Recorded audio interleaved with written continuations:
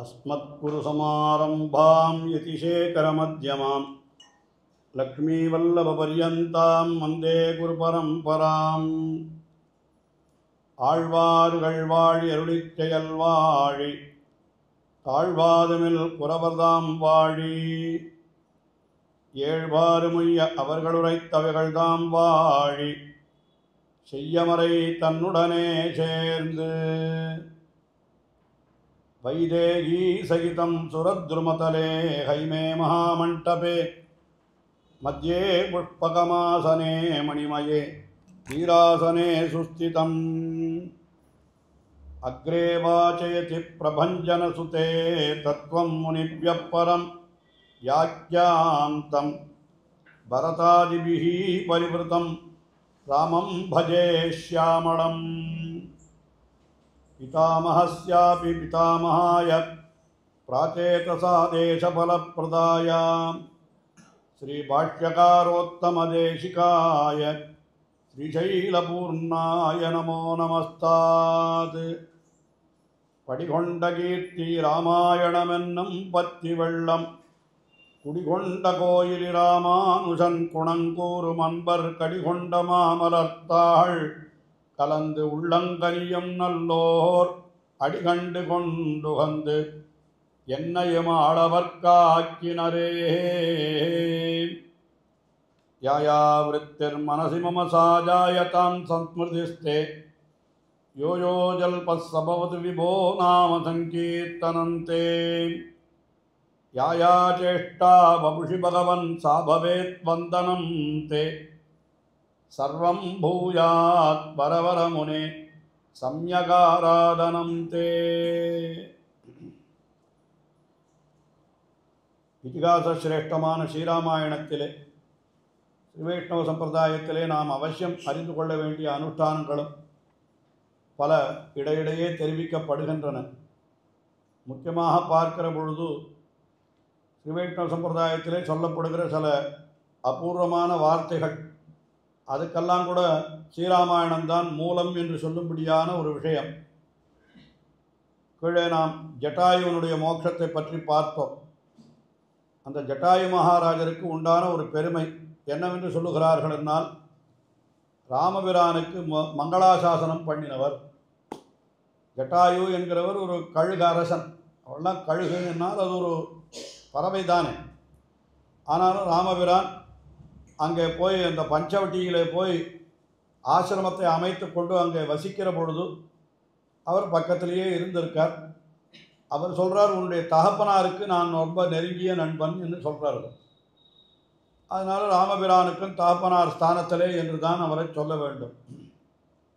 அவர் என்ன பண்ணினாராம், சக்கரவர்த்தி திருமணம் பார்த்தால் அவரோட கூடவே இருந்தார், சகாயம் பண்ணிட்டு இருக்கார். இளைய பெருமாளும் அகன்ற பொழுது சீதைக்கு அவர் காவலாக இருந்திருக்கார், இவர்களையும் அறியாமல். அதனால்தான் ராவணன் அபகரித்த பொழுது அவரோடு யுத்தம் பண்ணுகிறார். ஆனால் ராவணன் நல்ல மந்திரபூத்தமான வாழ் வைத்து கொண்டிருந்தபடியினாலே, இவருக்கும் வயது ரொம்ப அதிகமாகிவிட்டபடியினாலே ஜட்டாயு மகாராஜரால் ரொம்ப தடுக்க முடியலை. நிறைய சண்டை போடுறார். ராவணனுக்கே உடம்பெல்லாம் கீறி ரத்தம் பெருகும்படியான காரியங்களை எல்லாம் பண்ணுறார். ஆனால் அவர் பறந்து பறந்து பண்ணுறதை பார்த்த உடனே அவருடைய ரெக்கையை வெட்டி விடுறார். அந்த ஆயுதத்தால் தான் சொன்னேன், இந்திரன் கொடுத்த ஒரு வாள், அது சந்திரஹாசம்னு பேருது. அந்த வாளால் இவருடைய ரெக்கையை வெட்டி விடுறான். அதனால தான் அவர் குற்றுயிரும் குறையுருமாக விழுந்து விடுகிறார். ராமபிரான் தேடிக்கொண்டு வருகிற பொழுது முதல்ல இவரை சந்தேகப்படுறார், இவர் தான் ஏதோ ராட்சசன் என்று நினைக்கிறார். அப்புறம் கிட்ட வந்த பிற்பாடு தான் ஜட்டாயுன்னு தெரிந்தது. அப்போ ஜட்டாயுவை கேட்கிற பொழுது அந்த ஜட்டாயு சொன்ன வார்த்தை ரொம்ப ஆச்சரியமான வார்த்தை. யாம் ஓஷதிமிவ ஆயுஷ்மன் அன்வேஷசி மகாவனே அப்படின்னு சொல்கிற பொழுது, எந்த ஒரு பிராட்டியை மூலிகை தேடுவது போலே தேடிக்கொண்டு வருகிறாயோ, அது ஒரு உதாரணம், அவ்வளோதான். சில பேர் அந்த காட்டில் மூலிகை தேடிட்டு போகிறவா, இதில் இருக்கா அதில் இருக்கான்னு மாற்றி மாற்றி பார்த்துட்டு போவாளோ இல்லையோ, அந்த மாதிரி இவரும் என்ன பண்ணினார்னா, ராமபிரானும் பிராட்டியை இங்கே இருக்காளா அங்கே இருக்காளான்னு தேடிட்டு போகிறாளாம். அதனால் அவளை தேடிட்டு வரையேன்னு சொன்ன பொழுது நடுவில் ஒரு வார்த்தை சொன்னார். இந்த ஆயுஷ்மன்னு பேர். ஆயுஷ்மன்னு ஒரு வார்த்தை சொன்னார். ஆயுஷ்மன்னா என்ன, தீர்காயுஷை உடையவனே அப்படின்னு அர்த்தம். அது உண்மையிலே பிராட்டி அங்கே இல்லை, அவள் தன்னை விட்டு பிரிந்து போய்விட்டாள் என்று கேட்டிருந்தால் ராமபிரான் அடுத்த க்ஷணமே அவர் பிராணனையே விட்டுட்டிருப்பார். அவ்வளவு பிராட்டியின் இடத்துல பிரீத்தியை வைத்திருக்கிறார். இருந்தாலும் பிராட்டியை மீட்கிற வரைக்கும் 10 மாதம் அவர் உசுரோடு இருந்தாரே, இதற்கு என்ன காரணம் அப்படின்னு கேட்டால் இந்த ஜட்டாயு மகாராஜருடைய மங்களாசாசனம் தான் காரணம் அப்படின்னு பெரியவர்கள் ரொம்ப ரசமாக சொல்லுவார்.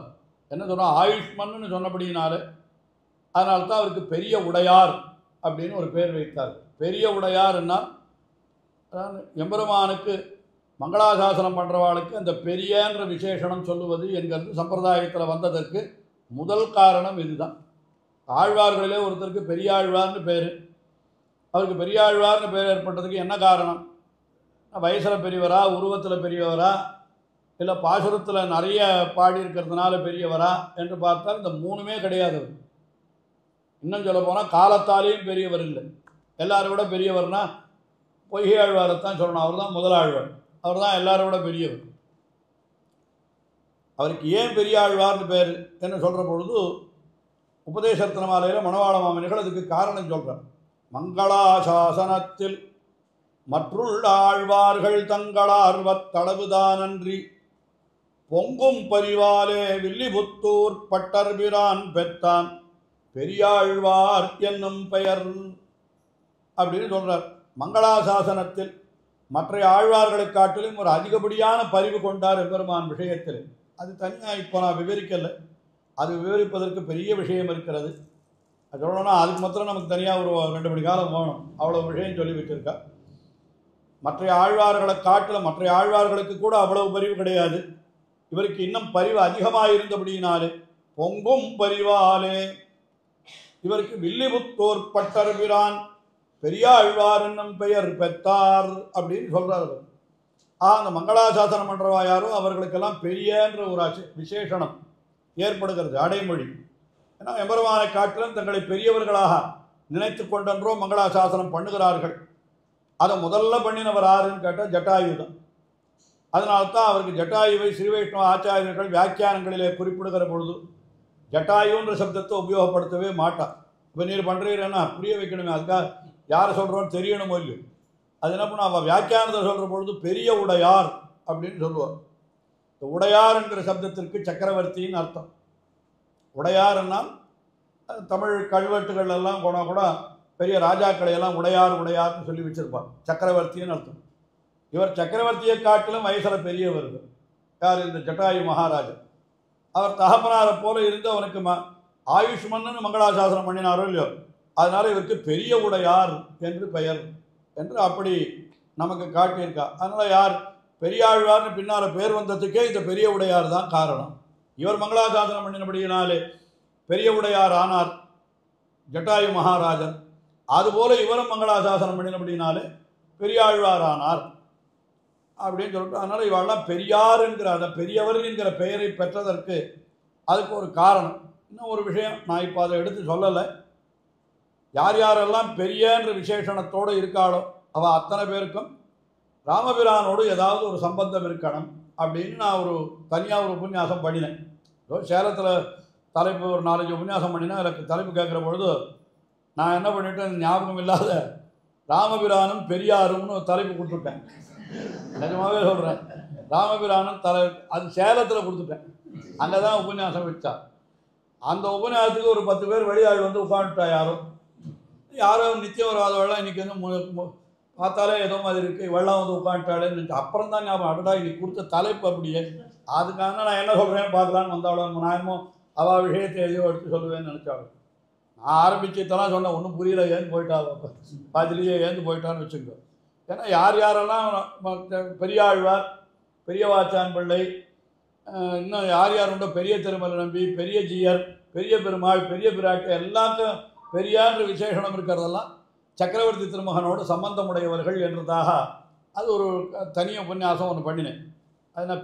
அது பெரியார் ராமபிரானும் பெரியாருன்னு போட்டுட்டேன் தலைப்பு, பெரியவர்கள்னு போட்டுக்கலாம். அது போட்டேன் தலைப்பு அது மாதிரி. சரி, அது இருக்கட்டும்.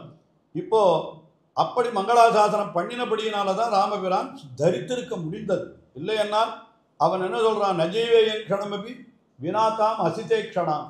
அந்த பிராட்டியை பிரிந்து என்னால் ஒரு க்ஷணம் கூட உசுரோடு இருக்க முடியாது என்று சொன்ன ராமபிரான் அது வெறும் வார்த்தையாகி போய் அவன் இத்தனை நாள் உயிரோடு இருந்தான். என்னால் அதுக்கு என்ன காரணம்னா, இன்னும் உனக்கு காரியம் பண்ண வேண்டிய காரியங்கள் நிறைய இருக்குது, அதனால் அவ்வளவு சீக்கிரம் நீ பிராணனை விட்டுவிடாதே அப்படின்னு சொல்லி ராமபிரானை அவர் மங்களாசாசனம் பண்ணிட்டார். யார்? ஜட்டாயு. அந்த மகாராஜர், அவருக்கு ஜட்டாயு மகாராஜர்னு அப்படித்தான் சொல்லுவார், இல்லாட்டா பெரிய உடையார்னு சொல்லுவாங்க. பெரிய உடையாருடைய மங்களாசாசனத்தால் தான் ராமபிரானுக்கு இவ்வளவு நீண்ட ஒரு ஆயுள் ஏற்பட்டது என்று சொல்லும்படியாக அவர் அங்கேருந்து புறப்பட்ட ஜட்டாயு மகாராஜரை சம்ஸ்காரம் பண்ணிட்டு அவர் புறப்படுகிறார். போகிற வழியில் நடுவழியில் முதல்ல யார் வரான்னா, மதங்காசிரமம்னு ஒரு இடம் வருது. அங்கே சபரி என்கிறவள் எதிர்படுகிறாள். அவள் ராமபிரானை ரொம்ப எதிர்பார்த்து காத்து கொண்டிருக்கிறாள். இவளும் நம்முடைய திருவைஷ்ணவ சம்பிரதாயத்தில் ஒரு முக்கியமான வார்த்தைக்கு காரணமாக அமைந்தாள் என்று அவளுடைய பெருமை சொல்லப்படுகிறது. சபரி என்கிறவளுக்கு அவள் அங்கே நிறைய ரிஷிகளெல்லாம் இருந்தாள். அந்த ரிஷிகளுக்கு வேண்டிய பணிவிடைகளை எல்லாம் அவள் பண்ணி கொண்டிருந்தாள். அப்படி பண்ணி கொண்டிருந்த பொழுது அவள் ரிஷிகளெல்லாம் மேலுலகத்திற்கு எழுந்தருளுகிற பொழுது சபரியை என்ன சொன்னாலாம், இன்றைக்கு இந்த வழியாக சக்கரவர்த்தி திருமகன் வருவான், அவனையும் நீ உபச்சரித்து விட்டு அப்புறம் வான்னு சொன்னாலாம். அவள் ரொம்ப வயசான மூதாட்டி அங்கே இருக்கா. அவள் ஆச்சாரியர்களுக்கு நிறைய பணிவிட பண்ணினாள்ன்றது சக்கரவர்த்தி திருமகனுக்கு ராமபிரானுக்கு ஏற்கனவே தெரிந்திருக்கிறது. அதுதான் ஆச்சரியம். அவளை பார்த்த உடனே சக்கரவர்த்தி திருமகன் கேட்கிறான், அம்மா நீ எல்லாம் கைகரியமெல்லாம் பண்ணிட்டு இருந்திய ஆச்சாரியர்களுக்கு எல்லாம் நன்னா நடந்துதா விசாரிக்கிறான். கச்சித்தே நியமா பிராப்தா கச்சித்தே மனசுகம் கச்சித்தே குரு சுஸ்ரூஷா சபலா சாருபாஷினி. ரொம்ப அழகாக பேசுகிறவளாம், ரொம்ப நன்னா பேசுகிறவாள். அதனால் அவளுக்கு சாருபாஷினின்னு பேர் கொடுத்து.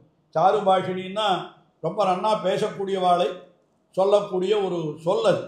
அதனால் கச்சித்தே குரு சுஸ்ரூஷா சபலா சாருபாஷினி, மிக அழகாக பேச கற்றவளே, உன்னுடைய விரதமெல்லாம் நிறைவேறிற்றா என்று அவனை பார்த்து கேட்கிறான்.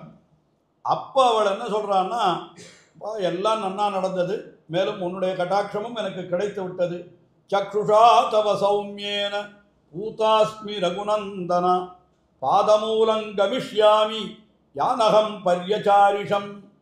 உனக்காகத்தான் இத்தனை நாள் எதிர்பார்த்து காத்து கொண்டிருந்தேன், உன்னுடைய கட்டாட்சமும் எனக்கு கிடைத்து விட்டது.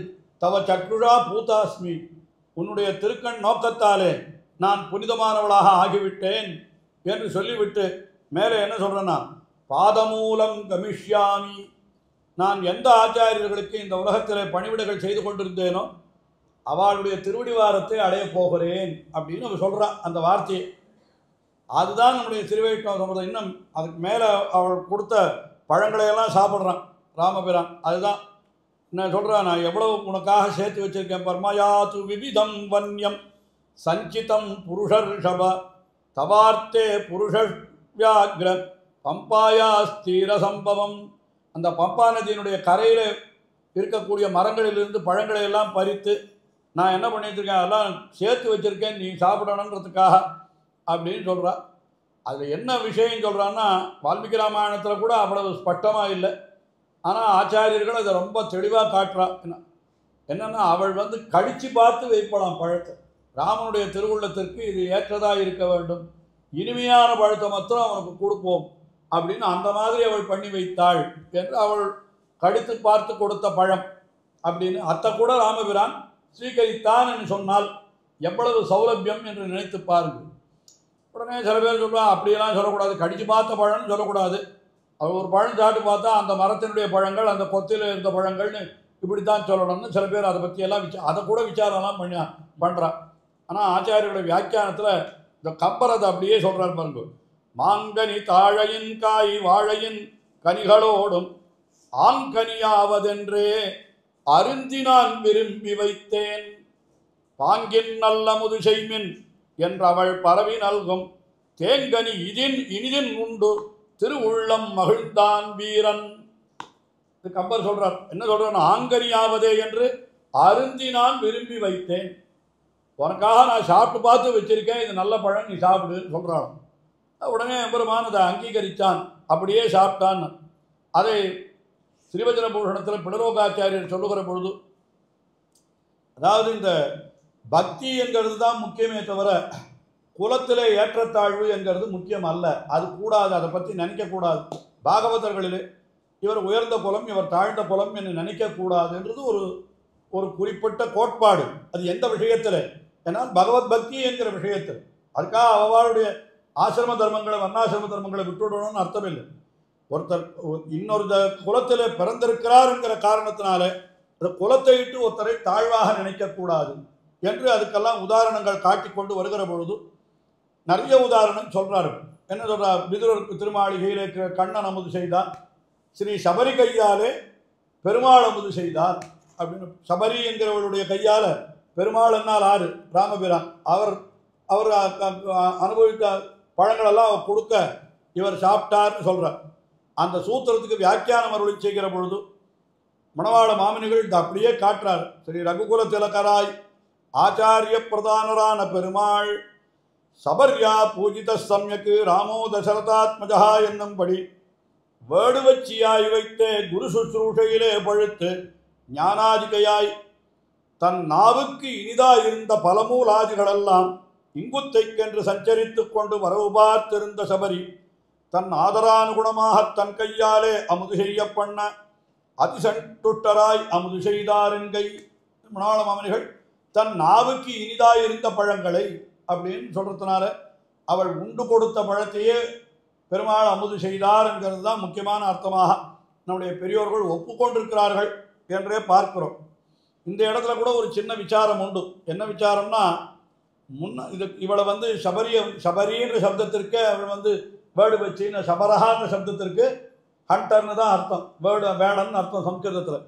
அவள் சபரின்னு சொன்னபடினால அந்த குலத்தை சேர்ந்தவள்னு கிடைக்கிறது. இதே குலத்தை சேர்ந்தவன் தான் குஹன். அவனை ஆத்மசமஸ்தகா என்றெல்லாம் கொண்டார்.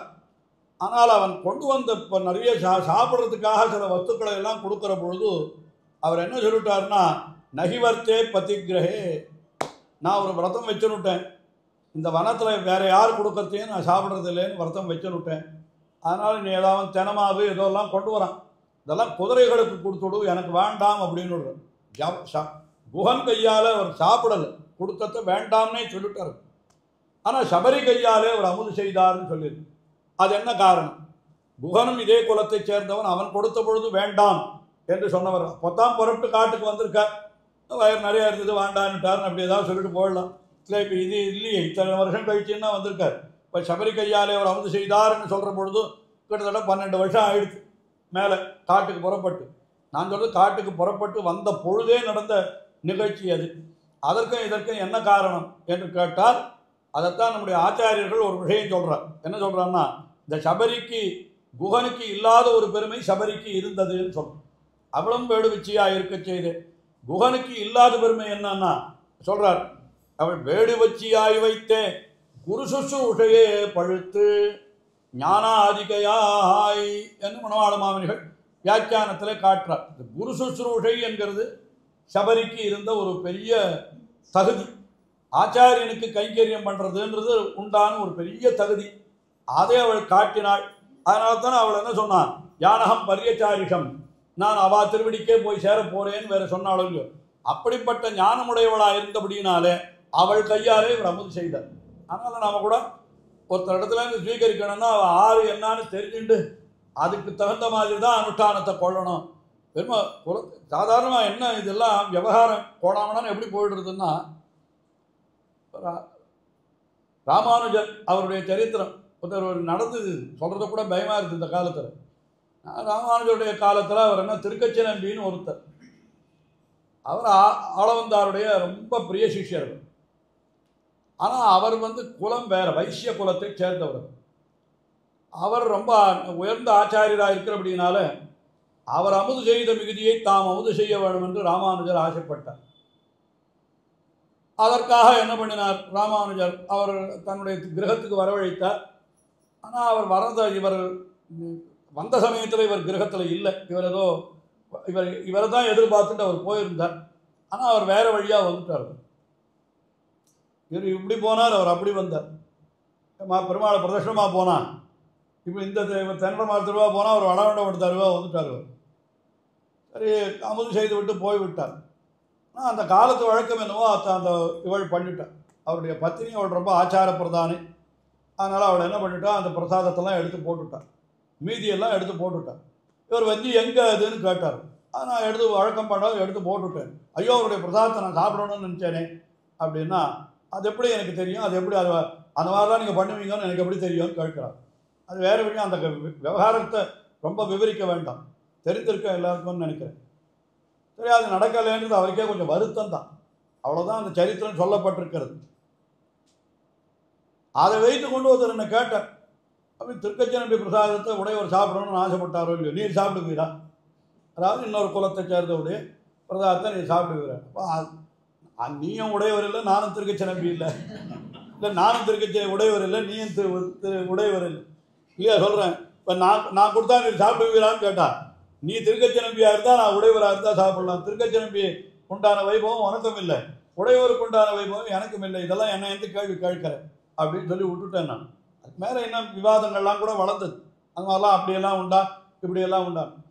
அதாவது திருக்கச்சனம்பி ஒரு வைசியர் என்கிறதுக்குனாக அவர் இடத்துல சாப்பிடாருன்னு நான் சொல்கிறது. அப்போ எல்லா வைசியராஜனையும் நான் சாப்பிடணும்னு அர்த்தமா அப்படி சொல்கிறார் அவர். கேட்குறவாளுடைய அபிப்பிராயம் அது. அவர் பெரிய ஞானாதிகர். தேவப்பெருமாளுக்கு திருவாரவட்ட கைங்கரியம் பண்ணிட்டு இருந்தார். அதே தேவப்பெருமாளே அவரோட வார்த்தை சொல்லிட்டு இருந்தார். என்ன அவளுக்கு அவ்வளவு பெருமை. அந்த பெருமையை இட்டு அவரை ஆள வந்தாருடைய பக்தர்னு நினைச்சாரு தவிர அவர் வைசியர்ன்றதுக்காக அவர் நினைச்சா. அப்படி பார்த்தா நானும் வைசியம் தானே, என் வீட்டில் நீர் ஏன் சாப்பிட மாட்டேன்றேன்னு ஒருத்தர் கேட்டான்னா, திருக்கச்சனம்பி ஆக முடியுமா எல்லாரும்? இல்லை நான் தான் உடையவர் ஆக முடியுமா? அதெல்லாம் அவருக்கே நடக்கலை. நம்ம என்ன சொல்கிறோன்னு கேட்டால் இதெல்லாம் கூட இன்னும் விளக்கமாக சொல்ல வேண்டும். அதான் எல்லாத்தையும் இப்போ என்ன பண்ணுறான்னா, ஒரு பெரிய பிரச்சனை என்னன்னா, எல்லாத்தையும் பதிவு பண்ணுறா, எல்லாத்தையும் போட்டுடுறா, உடனே அது சண்டைக்கு வரா 4 பேர். இதெல்லாம் அது வேறு வேண்டான்னு தோன்றுது. சரி, என்ன விஷயம்? அந்த நாவுக்கு இனிதாக இருந்த பழுக்க குரு சுற்றுருஷையிலே பழுத்தவள் என்கிற காரணத்தினாலே சக்கரவர்த்தி திருமகன் அவளுக்கு ரொம்ப மரியாதை கொடுத்தான்னு தெரியுது. அதனால் அவள் கொடுத்த பழத்தை அவன் விரும்பி உண்டான். ஒரு வார்த்தா மாலையில் ஒரு ரொம்ப அழகான ஐதீகம், ரொம்ப ஆச்சரியமான ஐதீகம். கூரத்தாழ்வானும் அவருடைய தேவிகளும் ஒரு நாள் எங்கேயோ வெளியில் போயிட்டு இருக்காள். தேவிகள்னா அவருடைய கூரத்தாழ்வானுடைய தேவிகள் மனைவிக்கு ஆண்டாள்னு பெயர். அவள் ரொம்ப ஞானமுடையவர். கூரத்தாழ்வானுக்கே ஏதாவது சந்தேகம் ஏற்பட்டால் அவளை போய் கேட்பறான், இந்த இடத்துல எப்படின்னு உனக்கு ஏதாவது தெரியுமான்னு. அந்த அளவுக்கு கூரத்தாழ்வானுடைய தேவிகள் ஆண்டாள். அவ்வளவு ஞானம் படைத்தவளவள். 2 பேரும் ஒன்றா போயிட்டு இருக்கா.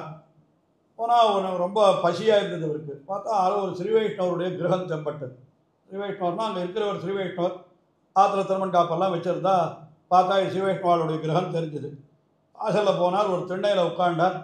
கையில் பிரசாதம் கட்டி கொண்டு வந்திருக்கா இவா. அந்த பிரசாதத்தை எடுத்து ஆழ்வான் சாப்பிட்டுட்டார். சாப்பிட்டு முடித்த உடனே இவளை பார்த்து நீயும் சாப்பிட்றது தானே அப்படின்னு ஆண்டாளை பார்த்து சொன்னாராம். உடனே ஆண்டாள் என்ன சொன்னாலாம், அது எப்படி சுவாமி, இது யாருடைய கிரகம்னே தெரியல, இந்த ஸ்ரீவைஷ்ணவருடைய கிரகம்னு தெரியறதுன்றது வாஸ்தவம் தான். ஆனால் இவர் ஆச்சாரிய கைங்கரியம் பண்ணுற ஸ்ரீவைஷ்ணவரான்னு தெரியாது, நான் இந்த ஆற்றுல எப்படி சாப்பிடுவேன்னு சொன்னார். இவர் ஆச்சாரியனுக்கு அந்தரங்க கைங்கரியம் பண்ணுறவராய் பஞ்சசம்ஸ்காரம் ஆனவராய் அப்படி இருக்கிற ஒரு ஸ்ரீவைஷ்ணவராய் இவர் என்னை தெரிந்து கொள்ளாமல் அவர் ஆற்றுல நான் எப்படி சாப்பிட்றதுன்னு சொன்னார். உடனே இவர் என்ன சொல்லிட்டு, ஐயோ உனக்கு இருக்கிற தோன்றது எனக்கு தோணாது போயிடுச்சே, நான் இப்படி சாப்பிட்டுட்டேனே அப்படின்னு இவர் சொன்னார். தேவருக்கு அப்படி இல்லை, நீர் தேஜாம் தேஜோ விசேஷன பிரத்யவாயோன வித்தியத்தே அப்படின்னு சில பேர் பெரிய மகான்களாக இருந்தால் அவளுக்கு இதெல்லாம் பெரிய விஷயம் இல்லை அப்படின்னு சொல்லுவாள். அந்த மாதிரி அவள் அப்படி சொல்கிறான். நீ ரொம்ப அவசரக்காரர்னு சொல்ல முடியுமா?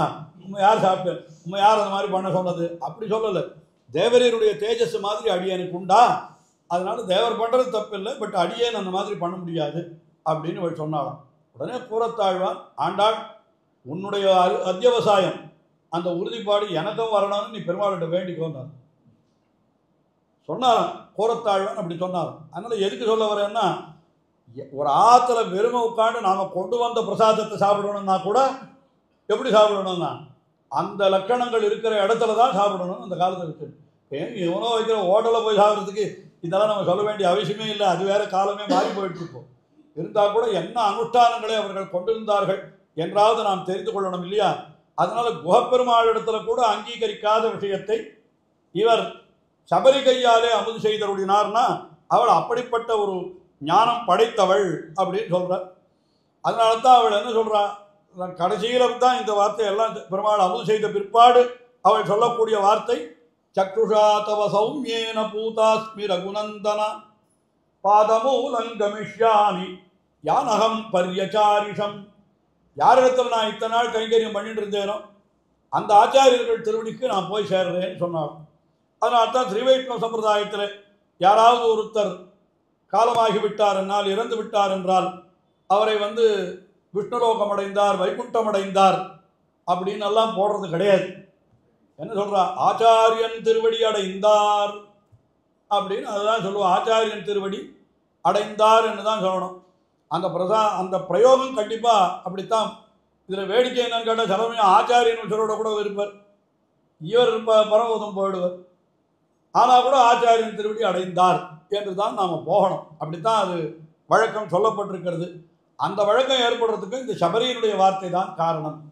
அப்போ அந்த பெரிய என்கிற மங்களாசாசனத்திற்கு பெரிய என்கிற விசேஷனம் வரத்துக்கு எப்படி ஜட்டாயு மகாராஜர் காரணமோ, பாகவத சேஷத்துவத்திற்கு எப்படி சத்ருக்ன ஆழ்வானுடைய அனுஷ்டானம் காரணமோ, அது மாதிரி இங்கே ஆச்சாரியன் திருவடி அடைந்தார் என்ற ஒரு வழக்கு ஏற்படுவதற்கு இவள்தான் காரணம் என்று அவருடைய சபரியினுடைய ஒரு பெருமை அது மிக அற்புதமாக சொல்லப்படுகிறது.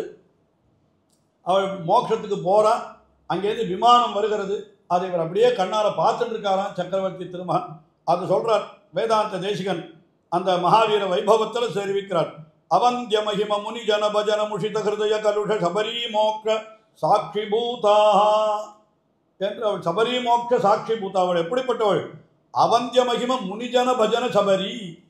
முனிஜனங்களுக்கு அவள் எப்பொழுதும் ஸ்தோத்திரம் பண்ணி கொண்டிருந்த சபரி என்று அவளை சொல்லி, அதனால முஷித்த ஹிருதய கலுஷ, அதனால பாபங்களெல்லாம் தொலைய பெற்றவளாக இருந்தால் அந்த சபரி என்பவள். அவள் சபரி மோட்சத்தை அடையதை இவன் பார்த்து கொண்டிருந்தான் என்று அந்த ரொம்ப அழகாக அந்த விஷயத்தை வர்ணிக்கிறார் அந்த ரகுவீர கத்தியம் என்கிற மகாவீர வைபவத்தில். சரி, சபரி மோட்சம் ஆகிவிட்டது. அதுக்கப்புறம் இவர் இன்னும் போகிறார் மேலே. பல நிகழ்ச்சிகள் நடந்திருக்கின்றன. இருக்கட்டும், கடைசியில் இப்போ நாம் அடுத்தபடியாக ஹனுமான் அவரை சந்திக்கிற கட்டம் வந்துடும். அதாவது இவர் நேரம் அந்த ரிஷியமுக பர்வத்தை தண்டு போகிறார்கள். அந்த ரிஷியமுக பர்வதத்தில் தான் சுக்ரீவனும் ஹனுமானும் இன்னும் சில வானரங்களும் அங்கே இருக்கிறார்கள். இதுதான் அங்கே நடக்கிற நிகழ்ச்சி. சுக்ரீவன் அங்கே இருக்கிறதுக்கு என்ன காரணம் என்கிறது பின்னால் வேற ஒரு இடத்துல தெரிவிக்கப்படுகிறது. இருந்தாலும் தெரிவிச்சு சொல்கிறேன். அந்த வாலி அவனுக்கும் மாயாவின்னு ஒருத்தனுக்கும் பெரிய யுத்தம் நடக்காது. அவன் துந்துபியினுடைய பிள்ளை. அவன் இந்த மாயாவி ஏற்கனவே துந்துபின்னு ஒருத்தனை வதம் பண்ணிவிடுறான். வாலி என்கிறவனுக்கும் துந்துபின்றவன் ஒரு பெரிய ராட்சசன், ரொம்ப பெரிய சரீரத்தை உடையவனாக இருக்கான். அவன் வாலியை வெறுமையான போருக்கு அழைக்கிறான். ரெண்டு பேருக்கு யுத்தம் நடக்கிறது. துந்துபி வாலியை ஒன்றும் பண்ண முடியல. ஆனால் வாலியானவன் துந்துபியை வதம் பண்ணி விட்டான். அந்த வதம் பண்ணின பிற்பாடு அந்த சரீரத்தை எட்டி உதைக்கிறான். அந்த அவனுடைய இந்த சரீரத்தை, பிராணம் போன சரீரத்தை. அப்போ அந்த சரீரத்திலேருந்து 2 இரத்த துளிகள் இந்த ரிஷியமுக பர்வதத்தில் விழுந்துடுறது. அங்கே ஒரு ரிஷி மத்தங்கர்னு ஞாபகம், அவர் தான் தபஸ் பண்ணிட்டு இருக்காரு. தபஸ் பண்ணிட்டு இருக்கிற பொழுது அவருக்கு இந்த இரத்த துளி விழுந்தது அவருக்கு கொஞ்சம் தீட்டாப்பட்டது.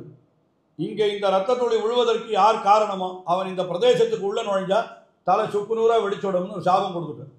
இந்த மாதிரி அப்பப்போ யாரோ சாபம் கொடுக்குறா, அது சில பேருக்கு நல்லதாக முடியாது. அதுதான் பார்த்தோம். இப்போ வேதவத்தின்ற ஒரு சாபம் கொடுத்தான்னு சொன்னேன் இன்னைக்கு. அது ராவணன் ஒன்றும் பண்ணலை சீத்தையேன்னு சொன்னேன். அந்த மாதிரி இவர் ஒரு சாபம் கொடுத்துட்டாரு. இது நடந்து ரொம்ப நாள் ஆயிடுச்சு. அதுக்கப்புறம் என்ன பண்ணான்னா துந்துபியினுடைய பிள்ளை மாயாவின்னு பேர். அவன் மறுபடியும் வாலியினிடத்தில் போருக்கு வருகிறான். என் தகப்பனாரை கொண்டுட்டேன், நீ உனக்கு சாமர்த்தியம் இருந்தால் என்னோட மோதிப்பார்னு சொல்கிறான். சரின்னு இவனுக்கு அவனுக்கும் பெரிய யுத்தம் நடக்காது. அப்போ யுத்தம் நடக்கிறதுனா ஒரு பெரிய குகை உள்ள போயிடுறான் 2 பேரும் யுத்தம் பண்ணுறதுக்கு. இவன் சுக்ரீவன் வருவன் வாலி வருவன் பார்த்துட்டு 1 வருஷம் காத்துட்டு இருக்காங்க. வேக்காங்க அது சரித்திரம் சொல்லப்பட்டிருக்கிறது. அப்படி 1 வருஷம் காத்துட்டு இருக்கான், வரவே இல்லை. அப்புறம் பார்த்தா திடீர்னு ஒரு நாள் உள்ள ஒரு பெரும் கூச்சல் கேட்கிறது. அப்புறம் வெளியில் ரத்தம் மட்டும் வருது. இதை பார்த்த உடனே சுக்ரீவன் பயந்து போயிட்டான். அந்த கூச்சலை கேட்ட பொழுதோ இவனுக்கு அந்த கூச்சல் வாலியினுடைய கூச்சல் மாதிரி இருந்தது. இந்த வாலியத்தான் மாயாவி ஏதோ பண்ணிட்டான் அப்படின்னு நினச்சிட்டு பாவம் அந்த மாயாவி வந்துட்டான்னா என்ன பண்ணுறதுன்னு சொல்லிட்டு ஒரு பெரிய பாறையை வச்சு அடைச்சோம்.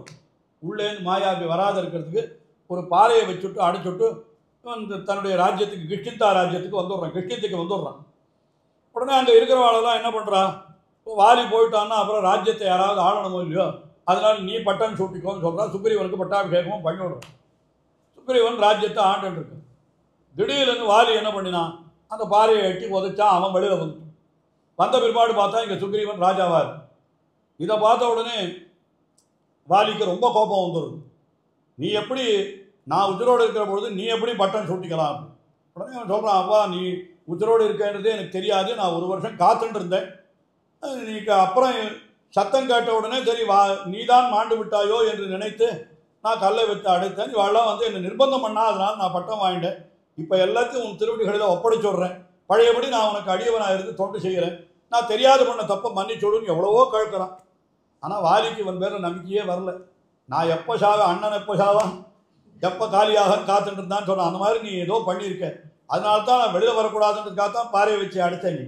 அதனால் உன்னை நான் சும்மா விட மாட்டேன்னு சொல்லிட்டு இவனை போட்டு அடி அடின்னு அடிக்கிறான். இவனை எவ்வளவோ சொல்கிறான், கேட்கல. கடைசியில் இவன் ஓடுறான். இவன் ஓடின பொழுது அவனும் தெரிச்சுட்டே வரான். எங்கே போனாலும் பின்னால் இவனை நிம்மதியாக இருக்கவே விட்ட மாட்டேன். அப்போ தான் இவனுக்கு நண்பனாக ஹனுமான் வந்து சேர்த்தான், வாயுபுத்திரனான நண்பன். அப்போ அவனை கேட்குறான், என்ன பண்ணுறதுன்னு தெரியலப்பா, எங்கே போனாலும் வாலி ஹிம்சை பண்ணுறான். அவன் ஏன்னா 4 சமுத்திரத்தில் போய் அவன் சந்தியாவந்தனம் பண்ணுறவன் வாலின்னு சொன்னான். அவனுக்கு தெரியாது எங்கே ஒழிஞ்சிக்க முடியும், அதனால் என்ன பண்ணுறதுன்னு தெரியலன்னு. அப்போ ஹனுமான் ரொம்ப சாமர்த்தியசாலி. அதனால் அவன் சொன்னான், ஒன்றும் ஆனால் வாலிக்கு பக்கத்துலேயே போய் உட்காந்துடுவோம், ஒன்றும் பண்ண முடியாது. எங்கே பக்கத்தில் உட்காருது, அதான் ரிஷமுக பர்வத்தம் இருக்கு, அங்கே போனால் அவர் வந்தால் அவன் தலை வெடிச்சுடும். சாபம் கொடுத்துருக்காரோ இல்லை ரிஷி, அது உள்ளே அவன் நுழைய மாட்டான், அதனால் அங்கே போய் உட்காந்துடுவோன்னு சொல்லிட்டு. அது ரொம்ப சாமர்த்தியமான யோசனை அது. அதனால் என்ன பண்ணினான்னா, இந்த சுக்ரீவனும் அவனுடைய தோழனாகிற அனுமானும் இன்னும் சில பணியாளர்களும் எல்லாருமா சேர்ந்து ரிஷமுக பர்வத்தத்தில் இருக்கான். அங்கே மட்டும் வாலி நுழையவே மாட்டான். நுழைஞ்சா அவனுக்கு ஆபத்துன்னு அவனுக்கே தெரியும். இது நடந்த கதை. இந்த பர்வத்தத்திலேருந்து பார்க்கிற பொழுது இவா 2 பேரும் வருது தெரியுது, ராமலக்ஷ்மணர்கள் வருது தெரியுது. இதை பார்த்த உடனே இப்போ சுக்ரீவனுக்கு பயமாகி போயிடுது. என்ன பயம், அவன் வாலி தான் வர முடியாது என்கிறபடினால யாரோ 2 பேரும் நம்ம கொல்றதுக்காக அனுப்பிச்சிருக்கான். யாருன்னு தெரியல, போய் விசாரிக்கணும். யார் போய் விசாரிக்கிறது? அதுக்கு என்ன, நான் போகிறேன் என்ன. இவர் போகிறார், ஹனுமான் போய் நேராக அப்பொழுது ஒரு பிரம்மச்சாரி வேஷத்தில் போனார்னு சொல்கிறார். அவர் வானர ரூபத்தில் போகாமல் பிரம்மச்சாரி வேஷத்தில் போய், அவெல்லாம் எப்பொழுதுமே இஷ்டப்பட்ட வடிவை எடுத்துக்கொள்ளக்கூடியவர்கள் என்று தான் அவர்களை பற்றி வர்ணிக்கப்பட்டிருக்கிறது. போய் பிரம்மச்சாரி விஷயத்தில் போய் அப்போ தான் சக்கரவர்த்தி முதல்ல பார்க்கிறார். பார்த்தா நல்ல வாலிபர்களாய், அவர்கள் நல்ல உருண்டு திரண்ட தோள்களை உடையவர்களாய், ராஜ லட்சணங்கள் பொருந்தியவர்களாய் இருக்கிறார்கள். கையில் பில் இருக்குது, ஆனால் அதுக்கு துளியும் பொருந்தாத ஜடாமுடி இருக்கிறது, மரவுரி இருக்கிறது. என்ன எப்படின்னு இவாளை கேட்கறது, யாருன்னு கேட்கணும். எல்லாத்தையும் அடக்கி ஒரே ஸ்லோகத்தில் ஒரு வார்த்தை கேட்டுட்டார். ஆயதாச்ச சுவருத்தாச்ச பாகவ பரிகோபமாக சர்வபூஷண பூஷார்காக கிமர்த்தன்ன விபூஷிதாக. ஆயதாக சுவருத்தாக பாகவக. ஆயத்தாகனா நன்னா நீண்டு இருக்கக்கூடிய கைகள், சுவருத்தாகனா நன்னா பருத்திருக்கக்கூடிய கைகள். இந்த ஆயத்தா நீண்டு இருக்கக்கூடிய கைகள்னா சத்திரிய லட்சணம் அது. ஆமாம், இப்போது அதே தான் சொல்லணும். கை நீளமாக இருந்தால் தான் மந்திரிகளுக்கு லட்சணம்னு சொல்லணுமா? நான் சொல்கிறது அர்த்தத்தில் போச்சு. கை ராஜாக்களுக்கு எது லட்சணம்னா யுத்தம் பண்ணுறதுக்கே கை நீளமாக இருக்கணும். ஏன்னா கத்தி சண்டை அதெல்லாம் போடுவாளோ இல்லையோ, அப்போ போட்டு சாதாரணமாகவே கை சாதாரண ராஜா சொல்கிறது சாஸ்திரத்தில் ஆஜானுபாகுன்னு ஒரு வச்சனம் சொல்லுவார். அதுக்கு என்ன அர்த்தம் நிறைய பேருக்கு தெரியாது. சொல்லிட்டு ஆஜானுபாகுன்னா ரொம்ப பருமனாக இருக்கிறவன்னு சொல்லிவிடுறது. பருமன் இல்லை, இந்த ஜானுன்னா முழங்காலுக்கு பேர். இந்த நின்று கொண்டு இருக்கிற காலத்தில் கையை தொங்க போட்டான்னா முழங்கால தொடும்படியாக இருக்கணுமா கை. அவனுக்குத்தான் ஆஜானு பாகு. ஆஜானுன்னா முழங்கால் வரை நீண்ட கைகளை உடையவனுக்குத்தான் ஆஜானு பாகுன்னு பேர். சத்திரியர்களுக்கு கை அப்படி இருக்கும். என்ன காரணம், இயற்கையாகவே அவர்களுக்கு சில இது உண்டு. அதை தவிர அவர்கள் போர் பயிற்சி பண்ணுற பொழுது வில்லு அம்பு அப்புறம் கத்தி இதையெல்லாம் உபயோகப்படுத்துறபடினாலும் இன்னும் கொஞ்சம் கை அவளுக்கு அது நீளமாயிடும். அதனால் ராஜாக்களினால அவளுக்கு நீளமான கை அப்படின்னு சொல்லியிருக்குது. சரி, அந்த அப்படிப்பட்ட கை சக்கரவர்த்தி திருமணம் பார்த்தா அவ்வளவு ராஜலட்சணங்களோடு இருக்கான். அந்த ஆயதாச்ச சுருத்தாச்ச பாகவஹா பரிகோபமாக. ஆனால் சத்திரியனாக இருந்தால் அதுக்கு வேண்டிய ஆபரணங்கள் எல்லாம் போட்டுட்டு இருப்பான். இங்கே என்ன ஆயிடுச்சுன்னு கேட்டாக்கா ஆபரணமே இல்லை இவனிடத்துல. அதனால கேட்கிறான் ஹனுமான், சர்வபூஷண பூஷார்காக கிமர்த்தன்ன விபூஷிதாக. எல்லா பூஷணங்களாலும் அலங்கரிக்கப்பட வேண்டிய திருத்தோள்கள் ஏன் அலங்கரிக்கப்படவில்லை அப்படின்னு கேட்கிறான். இப்போ இந்த கேள்விக்கு பதில் சொல்லணுமானா என்ன சொல்லணும்? ஒன்று, நான் முனிவன் தானே, எனக்கு ஏது ஆபரணம்னு சொல்லணும். இல்லை சத்திரியன்தான், ஆனாலும் நான் இப்படி வந்திருக்கிறதுக்கு இன்னது காரணம்னு சொல்லணும். எல்லாவற்றையும் ஒரே கேள்வியில் வைத்து அவன் ரொம்ப சாமர்த்தியமாக பேசிவிட்டான் என்று ஹனுமானுக்கு ஒரு பெருமை சொல்கிறான். அது மட்டும் இல்லை, அந்த இடத்துல முதல்ல ஹனுமான் அங்கத்தான் பார்க்கிறான் ராமபிரானை. வால்மீகி ராமாயணத்திலே ஹனுமானுக்கு உண்டான பெருமை ராமனுக்கு கூட கிடையாதுன்னு சொல்லுவோம். நாளைக்கு எப்படியும் சுந்தர காண்டம் சொல்லி ஆகணும், தெரிவிக்கிறேன். அது பூரா ஹனுமானுக்குன்னு ஒரு காண்டம் என்ன, சுந்தர காண்டம் பூர்த்தியாக ஹனுமானுடைய வைபவம் தான். அங்கே ராமனே கிடையாதுங்க. அப்படி ஒரு காண்டத்தை வைத்தார்கள். ராமாயணத்தில் ராமனே இல்லாத ஒரு காண்டம் உண்டுன்னா சுந்தர காண்டம் தானே, வேற எந்த காண்டத்தில் சொல்ல முடியும்? பூரா ராமனுடைய சரித்திரத்தை சொல்லிட்டு வர்றார். நடுநடுவில் யாராவது அவர் அப்படி இருக்கார் இப்படி இருக்கார் சொல்றதுக்கு வேண்டாம் அங்கே ராமன் பேர் உண்டே தவிர ராமன் என்கிற பாத்திரம் அங்கே வரத்துக்கு பிரசக்தியே கிடையாது சுந்தர காண்டத்தில். அப்படிப்பட்ட ஒரு அற்புதமான அதனால்தான் அது ரொம்ப வசந்த காண்டமாக ராமன் இல்லாததுனால தான் இல்லை, அதில் இருக்கிற விஷயங்கள் நாளை தான் நாம் பார்க்கிறோம். அந்த ஹனுமான் இந்த வார்த்தையை சொன்ன பொழுது ஸ்ரீவைஷ்ணவ ஆச்சாரியர்கள் சில விசேஷார்த்தங்களை காட்டியிருக்கிறார்கள். ரெண்டு விஷயம் முக்கியமாக தெரிவிக்கிறது. என்னன்னா, இங்கே என்ன பண்ணினான்னா, சர்வபூஷண பூஷார்காக கிமர்த்தன்ன விபூஷிதாகான்னு கேட்டதற்கு, எல்லா ஆபரணங்களாலும் அலங்கரிக்கப்பட வேண்டிய தோள்களை நீ ஏன் அலங்கரித்துக் கொள்ளவில்லை என்று கேட்டதனால இங்கே திருவடி சக்கரவர்த்தி திருமகனுக்கு மங்களாசாசனம் பண்ணுகிறான். பெருமாளை சேவித்தவுடனே ஒரு குறையும் வராமல் இருக்கணும் இவருக்குன்னு அவன் நினைக்கிறானா ஹனுமான் அப்படின்னு இப்படி ஒரு அர்த்தம் காட்டும். அது எப்படி அப்படின்னு கேட்டால், ஐயோ எல்லா ஆபரணங்களை இட்டு அழகை மறைக்க வேண்டி இருக்க எல்லோருடைய கண்ணைச்சிலும்படியாக இப்படி திருத்தோள்களை ஆபரணங்களும் இல்லாமல் கொண்டு வந்திருக்கியே, உனக்கு யார் என்ன செய்து விடுவார்களோன்னு பயமா இருக்குன்றான் அப்படின்னு ஒரு அர்த்தம் பண்ணியிருக்கேன். சர்வபூஷண பூஷார்கான்றதுக்கு என்ன அர்த்தம்? எம்பெருமானுடைய நமக்கெல்லாம் ஆபரணம் போட்டுண்டா அழகு, எம்பெருமானுக்கு என்னன்னா அவனுடைய அழகை மறைக்கிறதுக்கு ஆபரணம் சொல்லும். அதுதான் இந்த மாதிரி ஆச்சாரியாலெல்லாம் எம்பெருமானை அனுபவிக்கிற பொழுது அந்த மாதிரி அனுபவிக்கிற ஆபரணத்திற்கு அழகு கொடுக்கும் பெருமாள் அப்படின்னு ஸ்ரீரங்கத்தில் நம்பெருமாளுக்கு ஒரு கட்டியை சேவிப்பான். அரையர் கட்டியை சொல்கிற பொழுது ஆபரணத்துக்கு அழகு கொடுக்கும் பெருமாள் அப்படின்னு அரையருடைய ஒரு அந்த கொண்டாட்டம் அமைந்திருக்கும். நிறைய இதில் கூட சொல்லுவாள். நான் கூட நினைப்பேன், பார்சாய பெருமாள் ஒன்றும் திருவாபரணமே இல்லாத இருந்தால் இருக்கிற அழகு நிறைய மாலையை சாத்தி ஆபரணத்தை சாத்தினா அந்த அழகு கிடையாது. அது வேறு மாதிரி அழகு. எல்லா திருவாபரணங்களையும் களைஞ்சிட்டு வெறும் வஸ்திரத்தோட பெருமாள் எழுதி இருந்தாருன்னா அதுவே அழகு, அது ஒரு தனி அழகு. அப்போ என்ன ஆகுதுன்னா, இந்த அழகை என்ன பண்ணுறோன்னா ஆபரணத்தை போட்டு மறைக்கணுமா? எதுக்காக மறைக்கணும்னு கேட்டால், இவ்வளவு அழகாக இருக்கானேன்னு யாராவது கண்ணெச்சல் பட்டுவிட்டா, கண் திருஷ்டி விழுந்துட்டா என்ன பண்ணுறதுன்றதுக்காகத்தான் ஆபரணத்தை போட்டு மறைக்கிறதுன்னு சொல்கிறோம். வரதராஜ பஞ்சாசத்துன்ற ஸ்தோத்திரத்தில் வேதாந்த தேசிகனே சொல்கிறார், உன்னுடைய திருமேனியில் இருக்கிற ஆபரணங்களை கழட்ட ஒரு அழகாக பிரகாசிக்கிறதுன்றார். வெறுமை எழுந்தால் அழகு அதிகம்ன்றார். அதனால் சக்கரவர்த்தி திருமான் இப்போ எழுந்தொழி இருக்கிற பொழுது வெறுமை எழுந்தொழி இருக்கிறான். அதனால் இவனுடைய அழகு அதிகமாக இருக்கிறது. இது எங்கேயானா கண் திருஷ்டி பட்டுவிட போகிறதே, ஏன் இப்படியெல்லாம் நீ வர ஆபரணத்தை போட்டு மறைக்கக்கூடாதோ அப்படின்னு அவனை பார்த்து சொல்லுவதாக சொல்கிறபடினால இது திருவடியினுடைய பரிவு மங்களாசாசனம் அப்படின்னு அது ஒரு விஷயம் சொல்லணும். ரெண்டாவது விஷயம் என்ன சொன்னான்னா, இது சம்ஸ்கிருதத்தில் இருக்கிற விஷயம், ஒன்றும் புரியாது போயிடாது. இந்த சம்ஸ்கிருதம் வேறு எந்த பாஷையிலும் இல்லாமல் சம்ஸ்கிருதத்தில் மாத்திரம் ஒரு விசேஷம் என்னன்னு கேட்டால், இப்போ நம்ம ஒருமை இரு பன்மைன்னு சொல்கிறோம் இல்லையா, ஒன்று இருந்தால் ஒருமை சிங்குலர். நமக்கு இங்கிலீஷ்லேயும் சரி தமிழ்லையும் சரி ரெண்டு இருந்தால் புளூரல், அவ்வளோதான். சிங்குலர் புளூரல் தான் உண்டு. சம்ஸ்கிருதத்தில் சிங்குலர் புளூரலுக்கு நடுவில் ஒன்று உண்டு, டூயல்னு ஒன்று உண்டு. அது வேறு பாஷையில் கிடையாது. ஒருமை மட்டும் இல்லை, ஒருமை இருமை பன்மை. இருமைன்னு தனியாக ஒன்று உண்டு, தனியாக ஒரு அதுக்குன்னு தனியாக சப்தங்களே வச்சுருக்காங்க. இப்போ ராமஹா அப்படின்னு சொன்னால் ராமன் ஒருவன், ராமவ் அப்படின்னு சொன்னால் ரெண்டு ராமர்கள், ராமாகான்னு சொன்னால் பன்மை. அப்போ சம்ஸ்கிருதத்தில் பன்மைன்னாக்கா 2க்கு மேலே இருக்கணும். தமிழில் பன்மைனா 1க்கு மேலே இருந்தாலே பன்மை தான் தமிழ். அது முக்கியமான விஷயம் நம்ம மனசில் வச்சுக்கணும். இங்கே இவன் என்ன சொல்கிறான், திருவடி ராமபிரானை பார்த்து உன்னுடைய தோள்கள் ரொம்ப அழகாக இருக்குதுன்னு சொல்கிற பொழுது பன்மையில் சொல்லிட்டான். எப்படி ஆயதாக சுபுருத்தாக பாகவஹா அப்படின்னு சொன்னான். நியாயமாக இருமையில் சொல்லணுமானா எப்படி சொல்லணும், ஆயதௌச்ச சுஹுர்த்தௌச்ச பாஹூச்ச பரிகோபமௌ அப்படின்னு சொல்லணும். ஆயத்தௌ சுவருத்தௌன்னு சொல்லணும். அப்போ 2க்கு 2ன்னு சொல்லாமல் பன்மையில் சொன்னபடியினால அங்கே முதல்ல சக்கரவர்த்தி திருமகன் ராமபிரானை சேவிக்கிற பொழுதே அவனுக்கு சதுர்புஜ தரிசனம் ஏற்பட்டிருக்கணும்னு சொல்கிறோம்.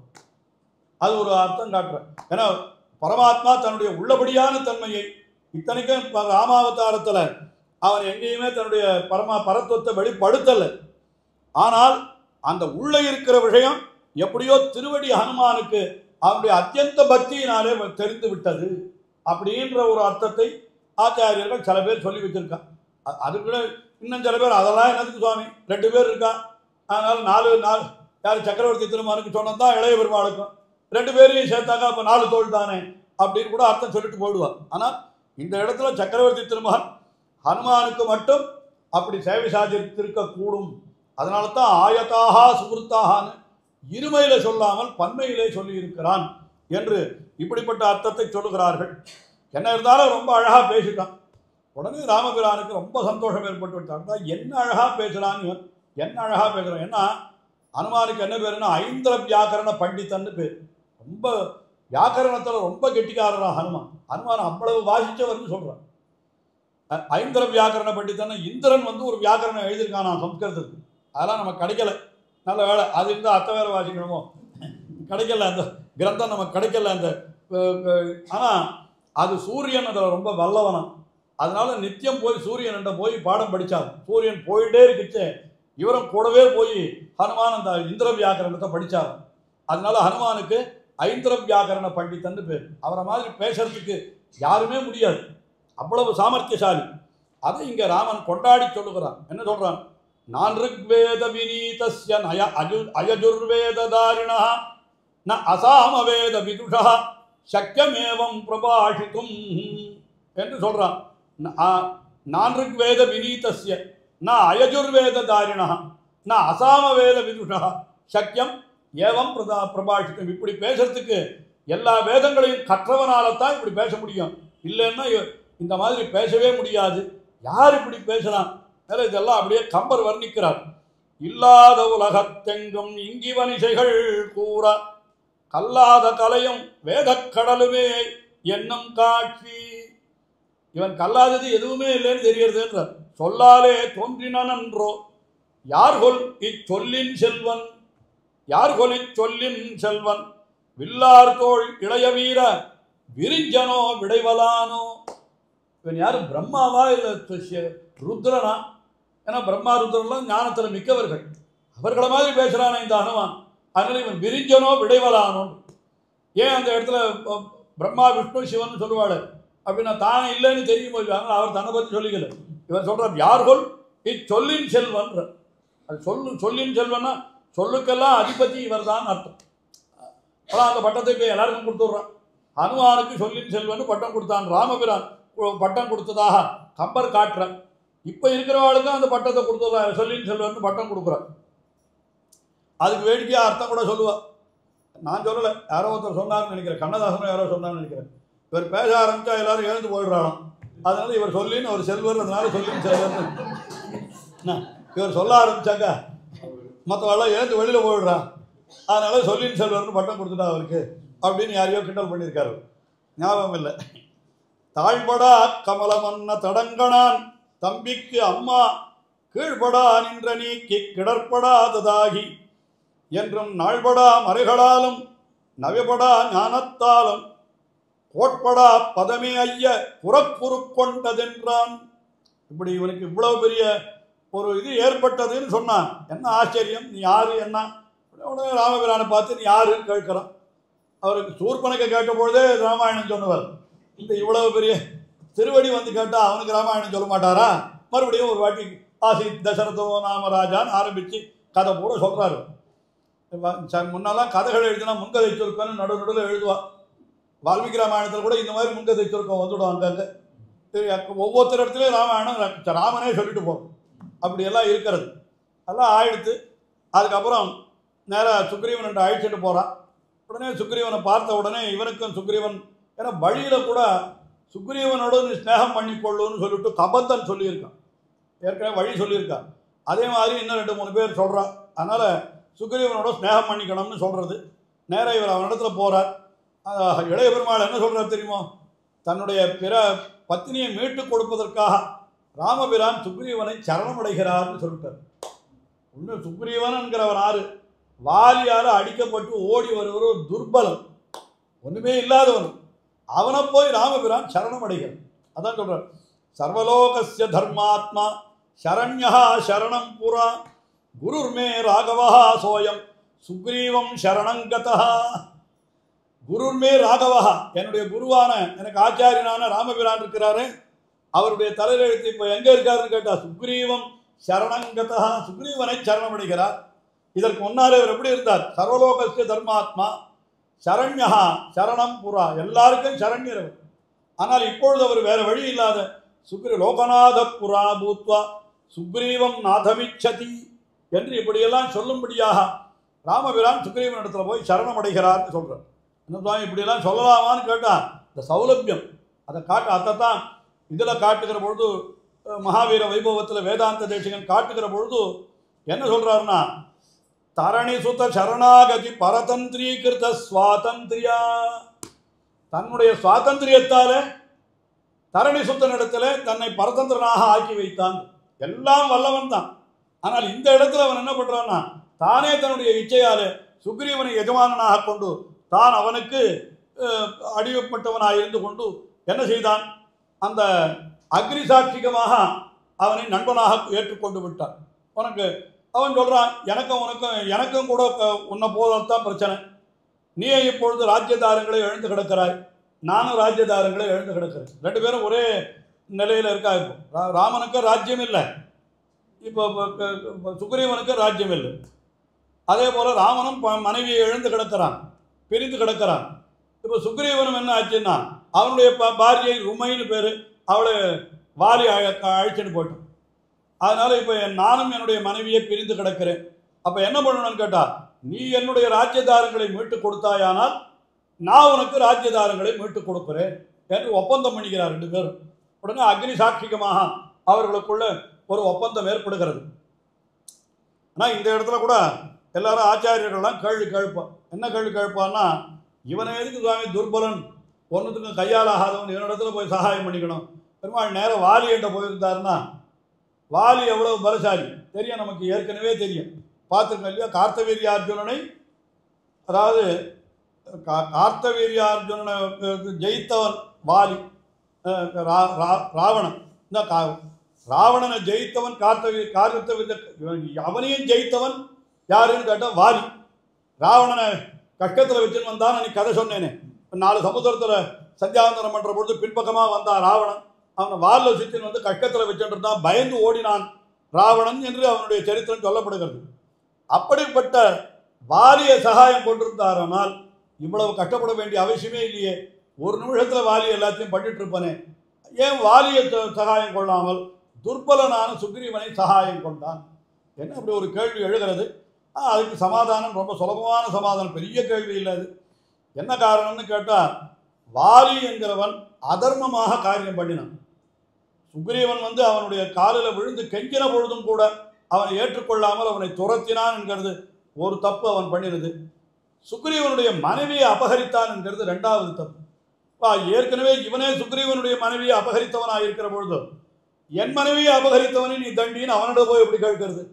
ராவணனை போய் நீ பண்ணுனா, ராவணன் இடத்துல எந்த மூஞ்சியோட வாலி போவான்? ராவணன் இடத்துல நீ மாத்திரம் பண்ணியே நான் பண்ணா என்ன தப்புன்னு கேட்டான்னா என்ன பண்ணுவான்? அதனால் அது தவறு. அதனால் வாலி அவன் பலசாலியாக இருந்தாலும் கூட, பலசாலின்றது விஷயம் இல்லை, தர்ம நெறிப்படி நடக்க வேண்டியது ராமபிரானுக்கு அந்த இடத்துல முக்கியமான விஷயம்.